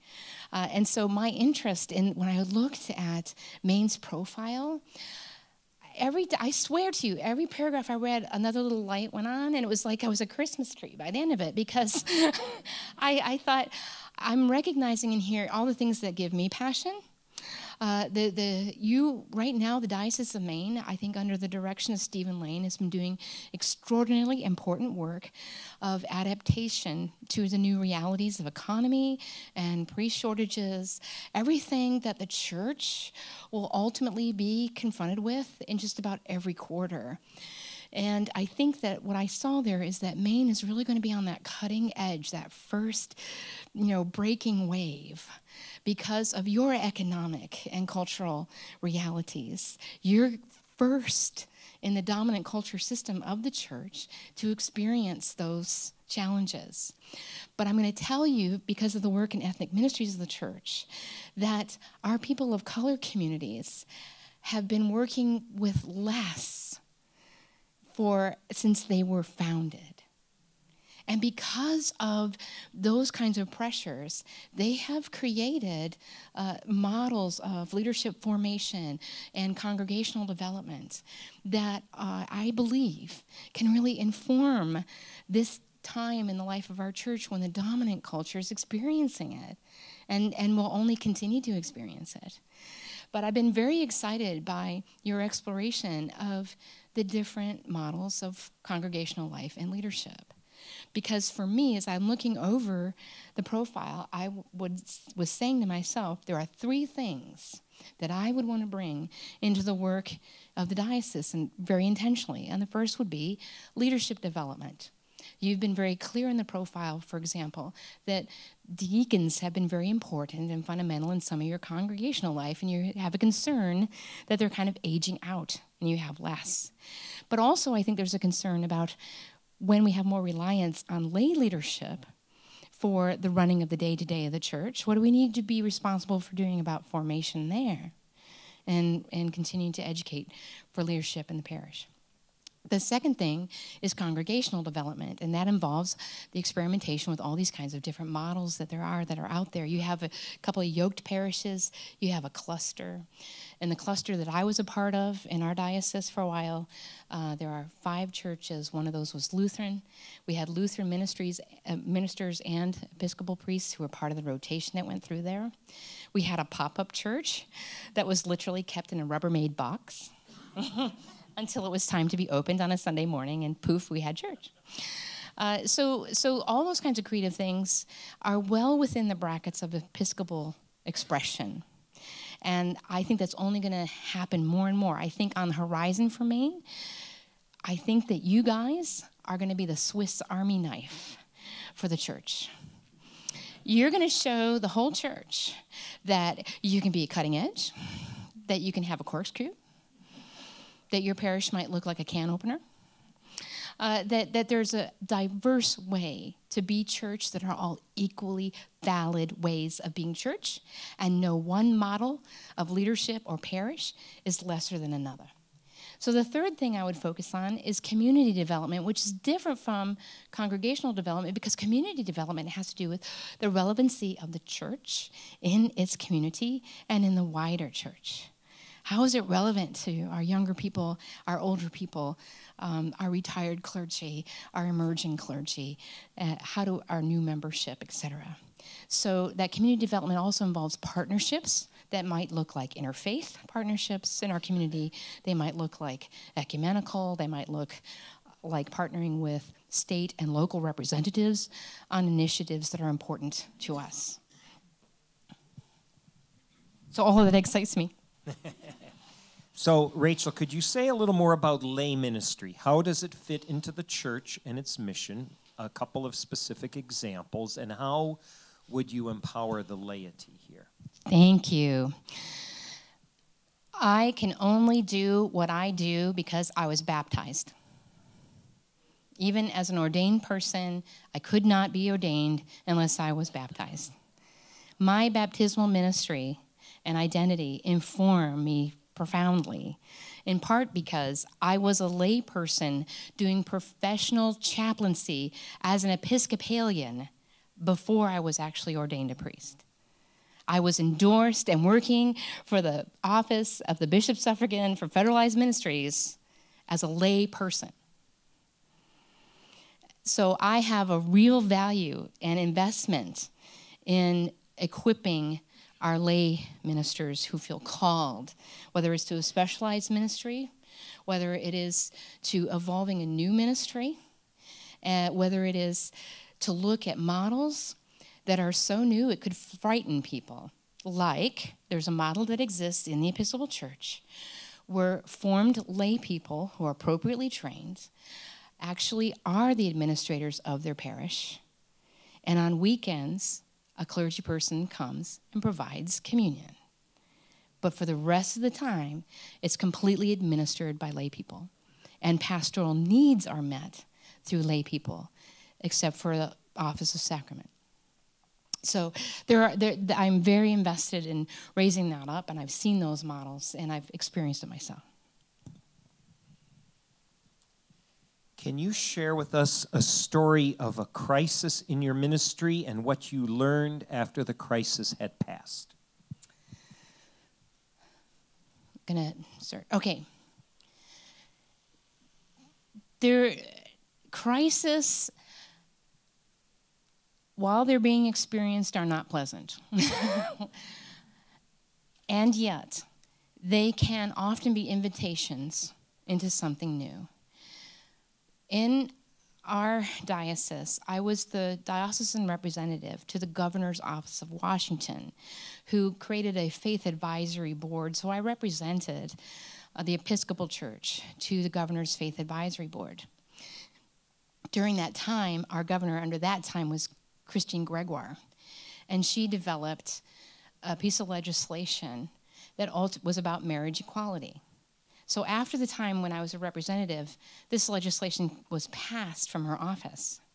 But in our state, there were enough signatures gathered that we had to put it to referendum for the people. It was called R74. R74 signs started going up in different neighborhoods. One of my parishioners came to me and said, I have an extra R74 sign in my car. Can I put it up on the church lawn? And this is a person for whom it only recently become known in the parish as being in a gay relationship. And so when she said, can I do this? My pastoral response was the first response. Yes, I affirm you in what is important to you, and you can do that. So that was up for 2 days until Sunday. On Sunday, our 8 o'clock people come in, and one of our guys takes the sign out of the yard and puts it in the trunk of his car and drives away. My junior warden at the time came in and told me, this is what happened. And I'm like, well, that's interesting. The anthropologist in me was not terribly worried, but was actually excited. The anthropologist in me said, we have an amazing symbolic communication going on. And it's a very important dialogue that's happening, that's been initiated. This is exciting because that particular parish had never been in the forefront of any social justice issue. They had multiple gay people in the congregation, but the quiet consensus was, we don't talk about that.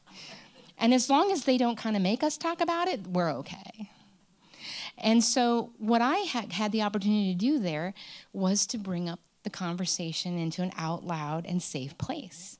So the crisis was, all of a sudden the next day we get lots of phone calls and what are you doing? And it's kind of political and we're not supposed to be political. And I had to remind them, we're not supposed to support candidates, but we can support issues. But let's talk about what you're responding to. And so the immediate crisis felt like, oh my gosh, new rector, you've totally screwed up. And we were able to turn it into, no, there's an important conversation that this community has been sitting on for decades because you have couples in this congregation for 30 plus years. It's time to have the conversation.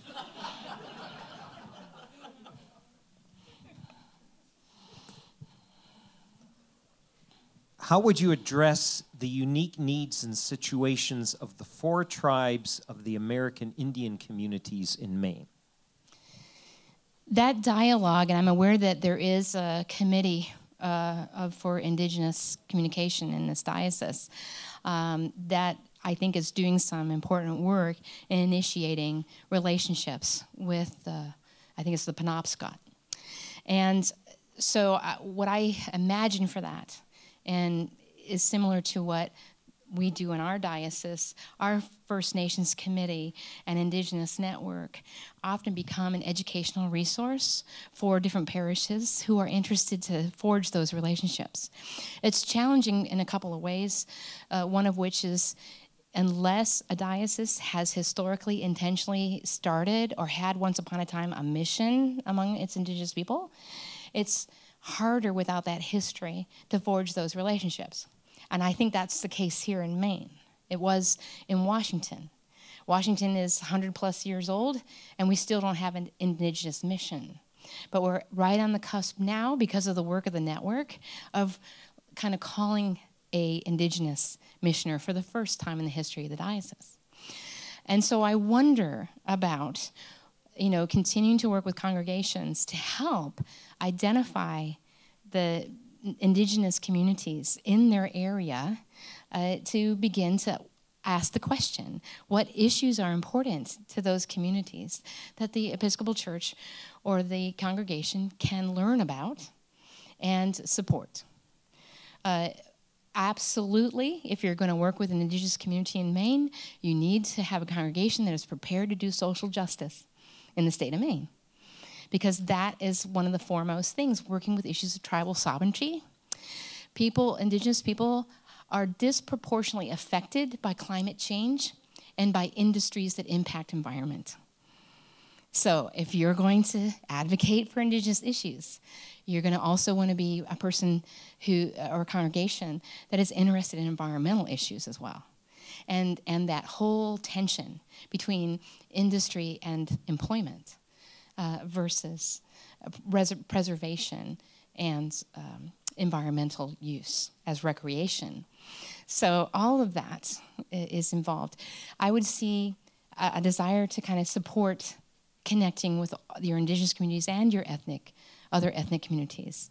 One of the true pieces of statistics that we have is that over 80% of indigenous peoples live in urban centers.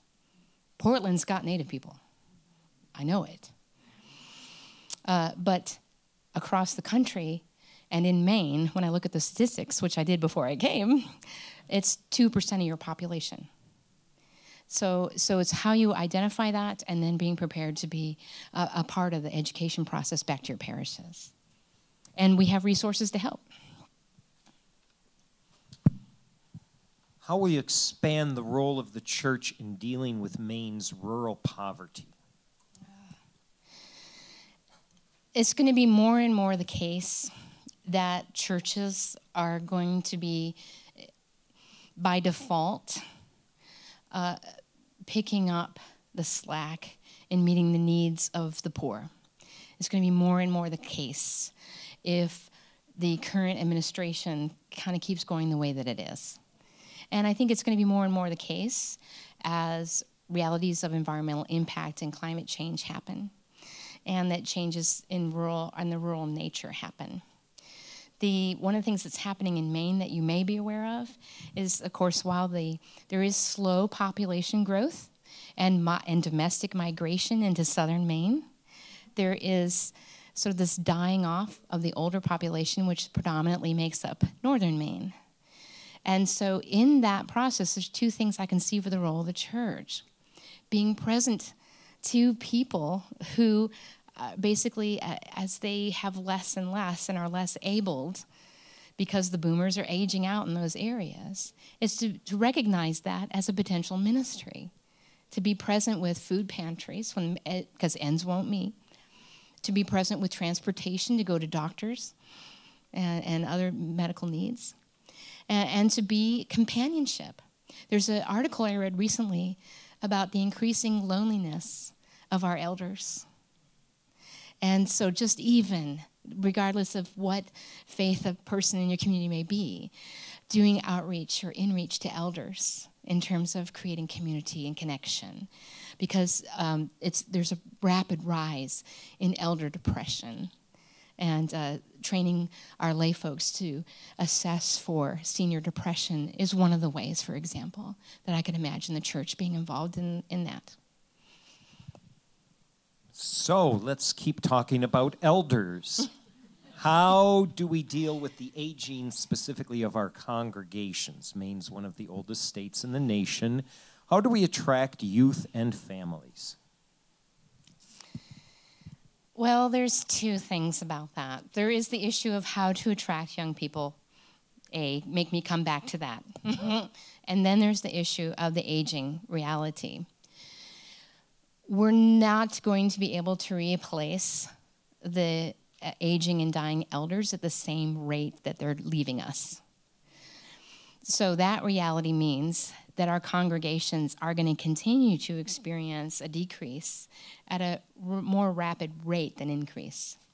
When we look at the statistics nationally, our church has experienced over the past 10 years a 41% decrease in membership. In the Diocese of Maine, you're at 1% decrease. Can you believe that? You had a 1% decrease compared to 41 for the national. So you all might think like we're dying off, but compared to the rest of the church, you're not. In the rest of the church, for example, when it comes to average giving and average pledge, it has, in average, over the whole church, increased to 2%. In Maine, 13%. There may be less of you, but you are highly invested.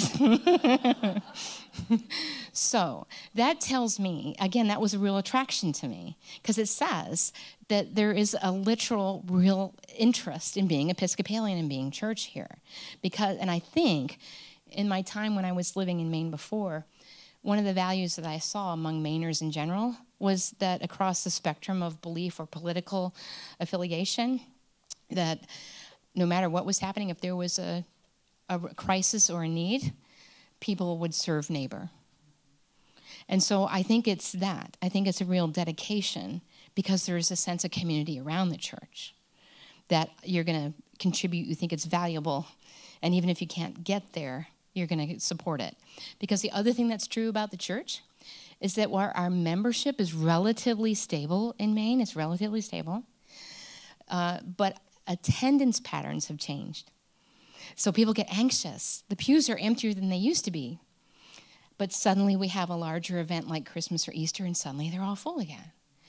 Or people who used to attend only 3 times a month now maybe only come once. But they are still wanting to know that the church is there. So how we work with taking care of our elders will probably mean a lot more of sending out equipped members into homes. So a lot of in-reach by going out to where people are living and staying and bringing our sense of community connection to them will continue to be of great importance. And the reality is when we do that, they love it and they give legacy gifts back. And those legacy gifts get us through the time of when we are going to bring in those newer people, because that takes longer. What's attractive to our younger people is when the church does social justice. Our older generation often will feel like, we shouldn't get involved in politics. But for younger people, they need their communities of faith to stand up and stand out in the marketplace and speak on behalf of the things that are important to them. This generation coming up, LGBTQ is not an issue as it was for their parents. The group coming up, the color of your skin, not as much of an issue as it was for parents. They would like us to get over some of those things. And they're challenging us to do that.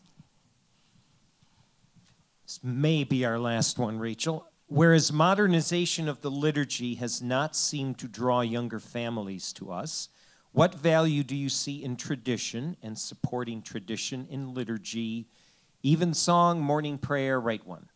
Thank you. Being raised by parents who were agnostic, I did not get early exposure to church. And my only initial encounters with church were the street corner people who told me I was going to hell. That wasn't attractive.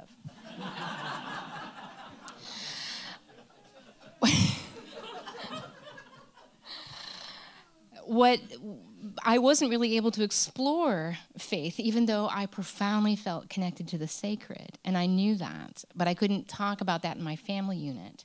It wasn't until I got to college that I had the opportunity to go explore that.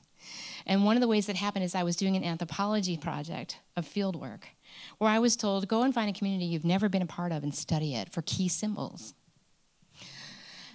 At the same time I was given that assignment, I was in a medieval history course that told me about this Trappist monastery across the Genesee Valley. And all of a sudden I went, there's the community that I'll study. I'll go study that community and find out their key symbols. And I walked in and heard a sermon that talked about the profound connection to the sacred. And I wept. And it was so traditional. There were smells and bells and chanting. And that community, because of its sincerity, is what drew me to Christ. So I would say, whatever expression we do needs to be authentic to its expression. We don't need to be ashamed to write one. If there is a community that profoundly connects to write one, pastorally we are obliged to provide the freaking right one. And we need to do it in a way that's internally consistent with appropriate hymns to write one, etc., and so forth. And if we do a write two, we now have an expanded set of things that we can do because of General Convention that are revised prayers, including a revised version of the Nicene Creed that doesn't have the Filioque clause. And what we have here are opportunities that, whereas they may incite a little bit of crisis because it's a change, also provide an opportunity for education and renewed formation that people may never have had. Thank you, Rachel. I think we are out of time for this. We thank you very much. Thank you very much. Marshal your energy for 30 more minutes. And I'd like to introduce to you all the Reverend Thomas Brown. He is going to tell us a little about himself and why he wants to be the 10th Bishop of Maine, and he's going to introduce us to his spouse as well.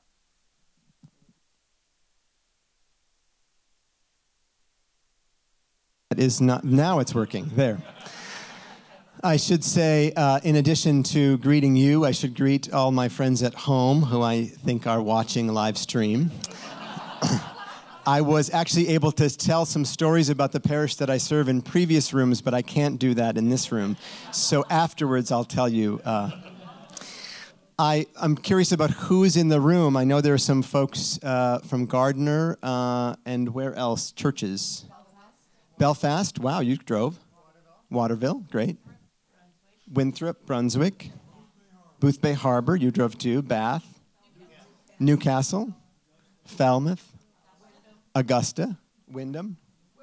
Wilton. So some of you are avoiding the storm, right? You've driven up here. I'm excited about the storm. I really am. I love snow. Let me say a couple of things about me, and I will say some things about Tom. The first is that I know that God has given me a gift, which is to dwell in the land of gratitude and joy. That's sort of what I want you to know about me, which is that I don't know how this happened. I don't know if it was because of my baptism. I don't know if it was because of my grandmother. I don't know if it's because I have a disciplined life of prayer, but I seem blessed, and I consider it a gift that most of my life is lived through this experience of feeling grateful and having joy, and they inform each other. I grew up in the Upper Peninsula of Michigan in a very, very small town called Bruce Crossing. Some of you are laughing. Bruce Crossing is not Maine, and the Upper Peninsula is not Maine, but there are a lot of similarities. And there's very little industry left. Logging and paper and mining is gone, and that's true for some of your towns as well. I should tell you about my church. So there were 4 rows of pews on each side. There was a Hammond organ. It worked most of the time. Lily Lee was the organist. And there was a piano. And it was the center of my family's life. And it was the place in the community, in maybe similar to your churches, when you find a kid or you have that particular 9 or 10-year-old who just seems ready and willing to do a little bit more at church, and you make friends with him or her because you're the church lady or you're the usher man who teases him or does those things to call him out in a beautiful and great way. And that's what happened at this church. I was nourished and nurtured, given a sense of the love of God, and then as I grew older, encouraged to consider ordination. I found the Episcopal Church in college, and I was ordained at a very small church. It happened to be a cathedral, and that cathedral is no more. It's been sold. It's been sold because they couldn't afford to keep up the building. And now an evangelical church uses it for weddings. But the people from that cathedral congregation remain, and they found another church on the other side of Kalamazoo where they worship and where they are thriving. So I want you to know those two things, because from that moment of being ordained in that small cathedral church, I know something about what it's like for a community to grieve and to close and to say goodbye. And I know that some of you are facing that. I am married to the kindest, smartest man in the whole world. And he makes me kinder and smarter, and he makes me laugh, and he tells the truth, and he keeps me honest. Some of you know that Tom was hit by a car on December 3rd, walking our dog very close to our house. And I don't use the word miracle very often, but I will tell you that it is a miracle that he's here today. I want you to know that there are 4 things that I'm really comfortable saying. The first 2 are thank you, and the second 2 words are I'm sorry. And I think that when we are in leadership of any kind, whether it's leadership in the church or in the school or in our families, as parents, as grandparents, as children, when we can say thank you and I'm sorry, we show a side of ourselves that's both grateful and humble. And as a priest now 21 years today, I know that my capacity to say I'm sorry is in direct proportion to my capacity to share my lively faith in Jesus Christ. I serve as the chair of the board of the Church Pension Fund, and from Anne you may have heard some things about that. You may know it very well if you're a lay employee or a clergy person of the church. It's actually a big company with lots of different things: property casualty insurance, a publishing company, a medical trust, a life insurance company. I've been a trustee for 9 years and was elected to be the chair last year. Anne will tell you I was not seeking to be the chair, and I am the most unlikely chair of a big billion-dollar company as anybody else I know. But I think the reason that the trustees elected me to be the chair last year, actually I know, there are 2 things. One is I've been very committed to giving loving and honest feedback to the president of the company. And the second thing is, I have harped on for 9 years that if the board of trustees of the pension fund are not praying together as a spiritual community and sharing our stories and sharing our faith in Jesus Christ, then our governance about this company does not happen in an efficient and beautiful way.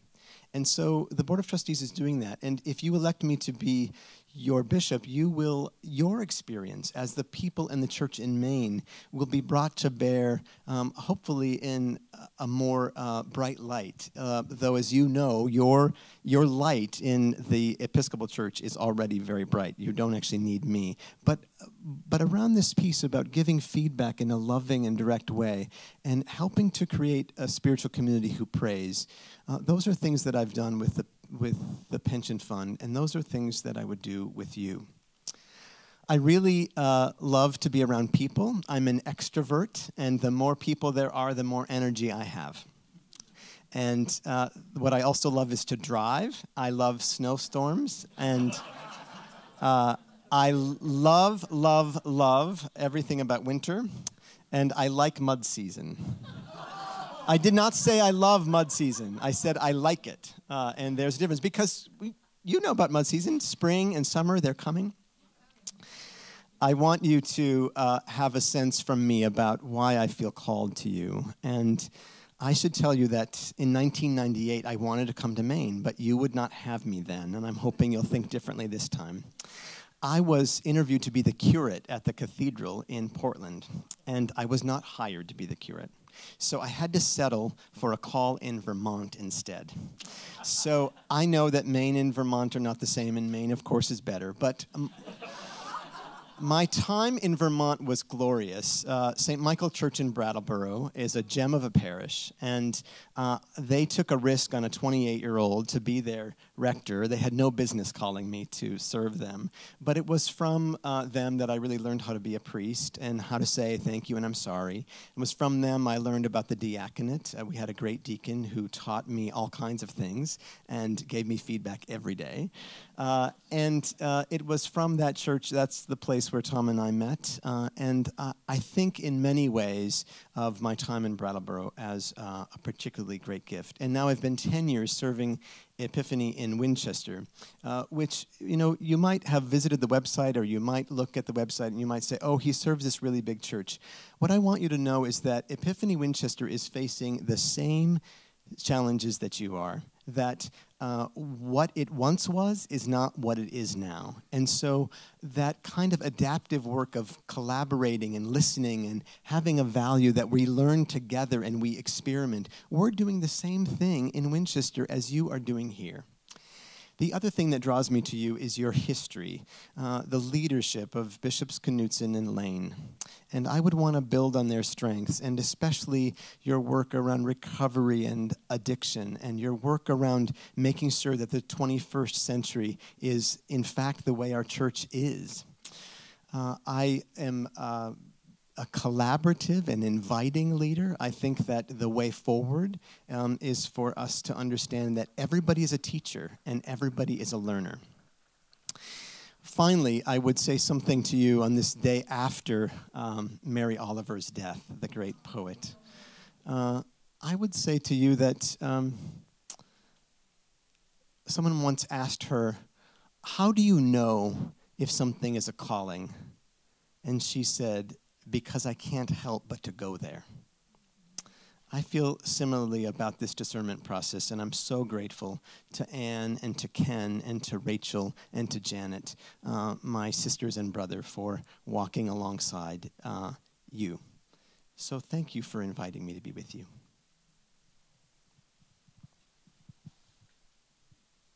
Thomas, tell us a little bit about how you understand the main role, central task, chief responsibility of being the Bishop of Maine, and then maybe you just referred to it, but a little bit more about your leadership style. Thank you.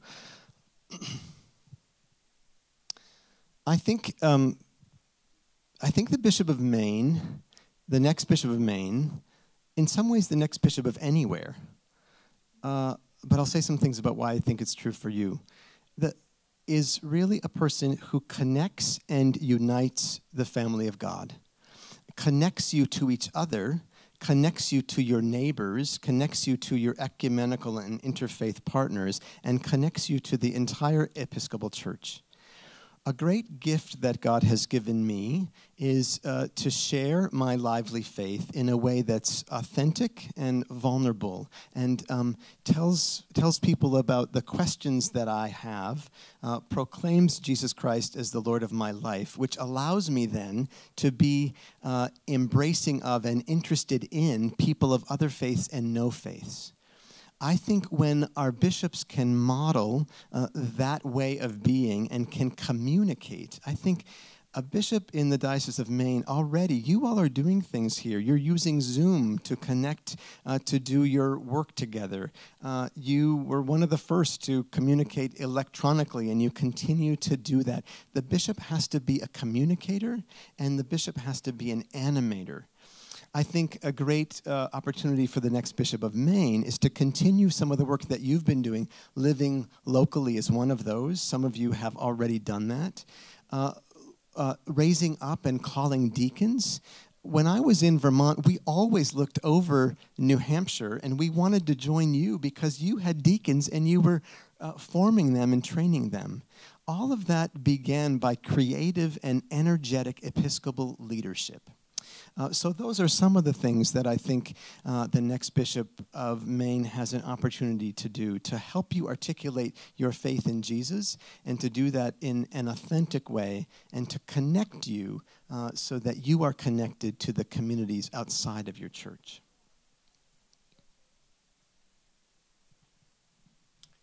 Can you share with us a story of a crisis in your ministry and what you learned after the crisis had passed?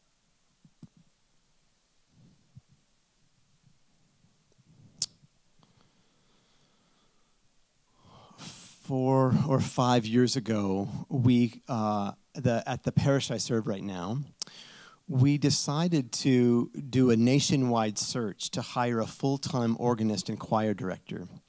Our previous choir director was retiring, and she was beloved and still is beloved. And what we decided to do was to have these focus groups, and the vestry spent a year and a half talking about what this would mean financially, but we felt it was a strategic decision, and we felt as though if we really invested in our music program, it would result in maybe a choir school for children, and on it goes. Maybe you have a similar story about churches that decide some great new thing. I really do think we did some wonderful work, but at the end of the day, I think it was on me for not gathering enough people in the parish to have 2 or 3 focus groups with 30 or 40 people each is not hearing from 240. And in the end, it really did not work out. And the person we called introduced so much change that people began to question all of this. And then, of course, with the lack of managing that change, people got frustrated and hurt. He has moved on to a new and glorious post, which is wonderful for him. And what's wonderful for us is we were able to say again, gosh, we learned some things, and I learned some things particularly about listening and about making sure that just because we said X number of things was the right number, sometimes even in the middle of it, we have to change course. What I want to tell you about that story is I knew 3 months in, I knew we should be doing this differently. And what I did was to sort of acquiesce my authority and say, well, the committee and everybody, we've all said this. And what I should have done was say, trust me, I've prayed about this. I know we need to take more time. I'm not sure we're ready yet. So I learned a great deal about listening more, saying I'm sorry, and making sure that I took the responsibility. It was on me. It was in fact on all of us. But before all of us could take responsibility, I had to.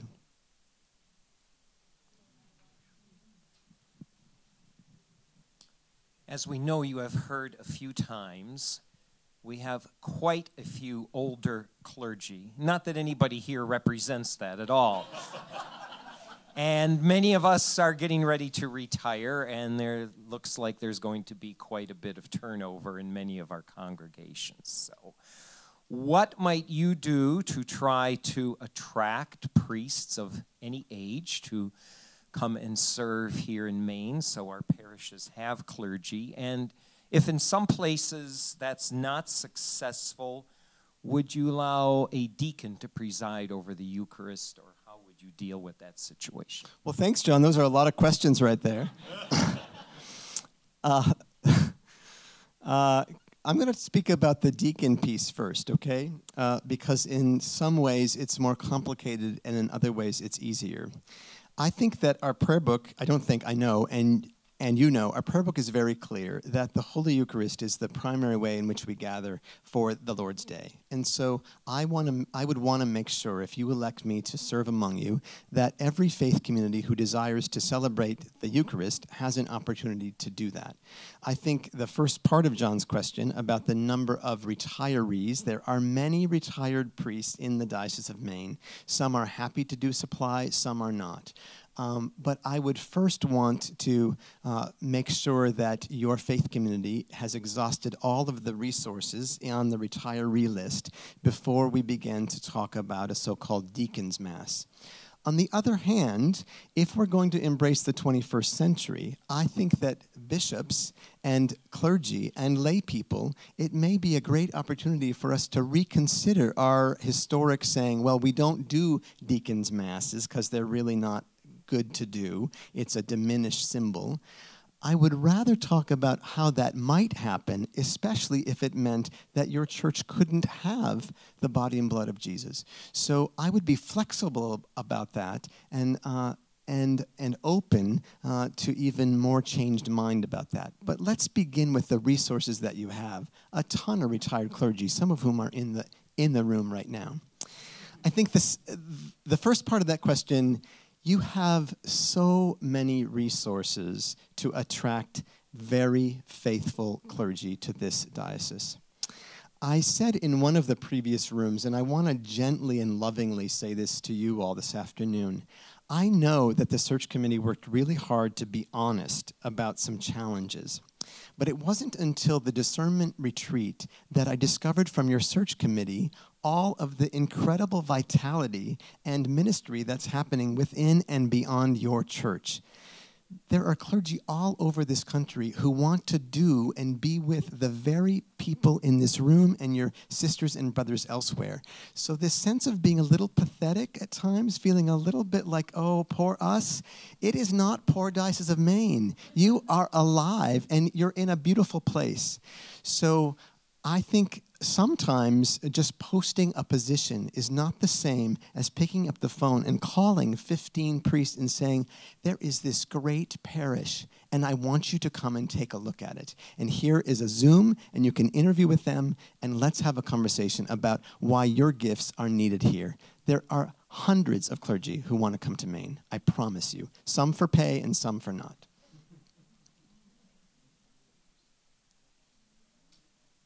How will you expand the role of the church in dealing with Maine's rural poverty?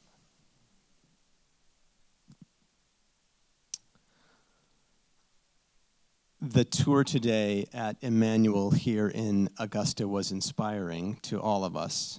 So was the tour at the Cathedral of St. Elizabeth's Jubilee Center. One of the things that I haven't heard from, and I would want to hear more from you, is how the opioid crisis is in the rural part of our state and how it is in the not-so-rural part. So one of the things that I would be interested, if you were called to it, a local faith community, I know some of you are living in communities where this is real, and that very few households in our church, I don't know of an active household in my church that hasn't been touched by addiction of some kind. And I know more and more families who are connected with rural kinfolk who have experience with the opioid crisis. So what would it be like for us to have Narcan available in our churches and to be able to proclaim that?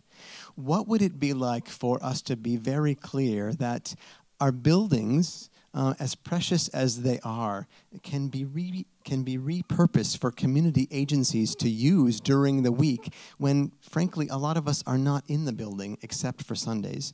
So those are two things that I would want to explore with you that have to do particularly with our rural communities, but frankly, I think apply to the other parts of Maine that are not so rural.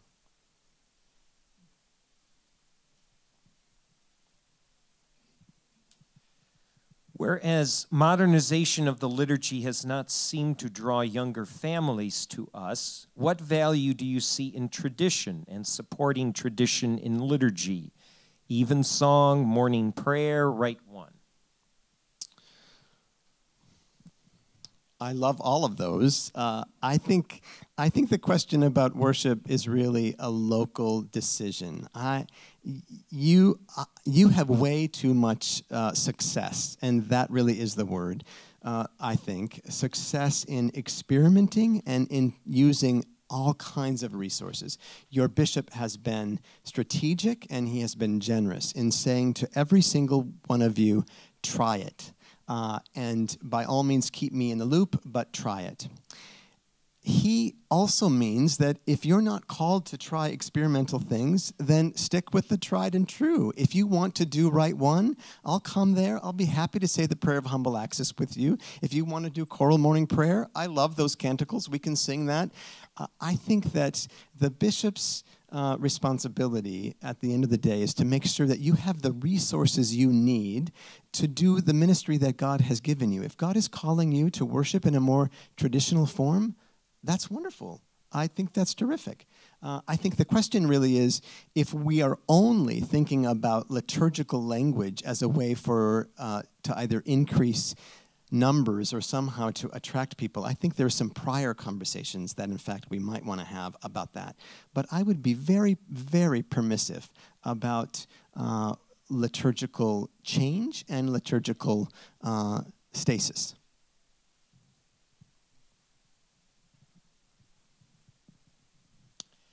Many people these days are in a process of discovering and naming their own gender and identity and sexual orientation.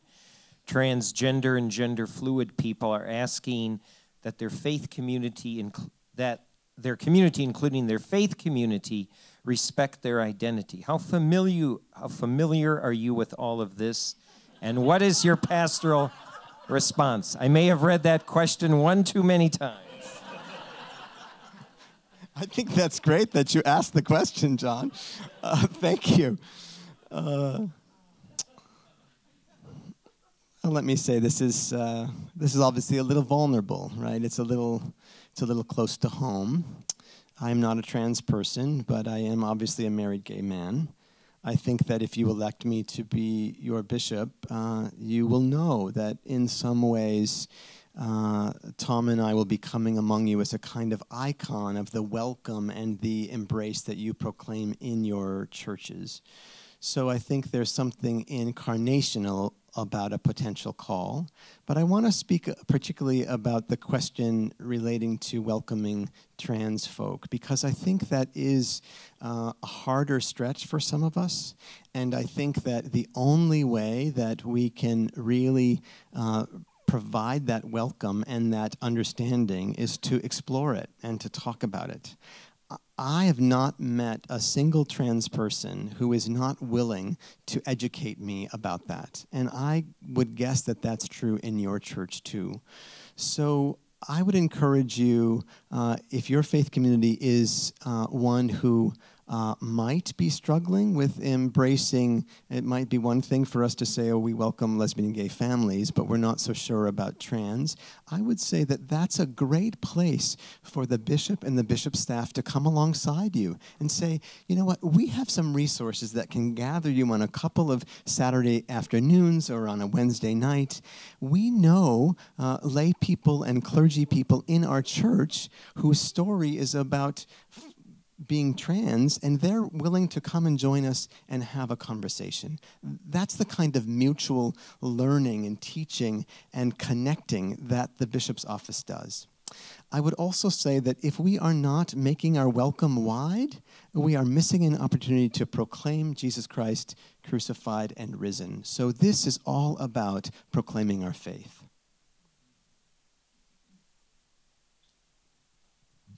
Building on that question a bit, can you comment on your perspective on inclusiveness and acceptance of persons, of people of different spiritual paths, particularly paths that are outside our Christian tradition? Yes. I am very aware that the Anglican way of Christianity has always, from our very beginning, has been about adapting and about compromising. So we all know our Episcopal Anglican history well enough that since our beginning, it's been about finding some kind of middle way. So I think we, in some ways, more than some other Christian brothers and sisters. I'm not saying we are better than United Methodists. I'm not saying we are better than anybody.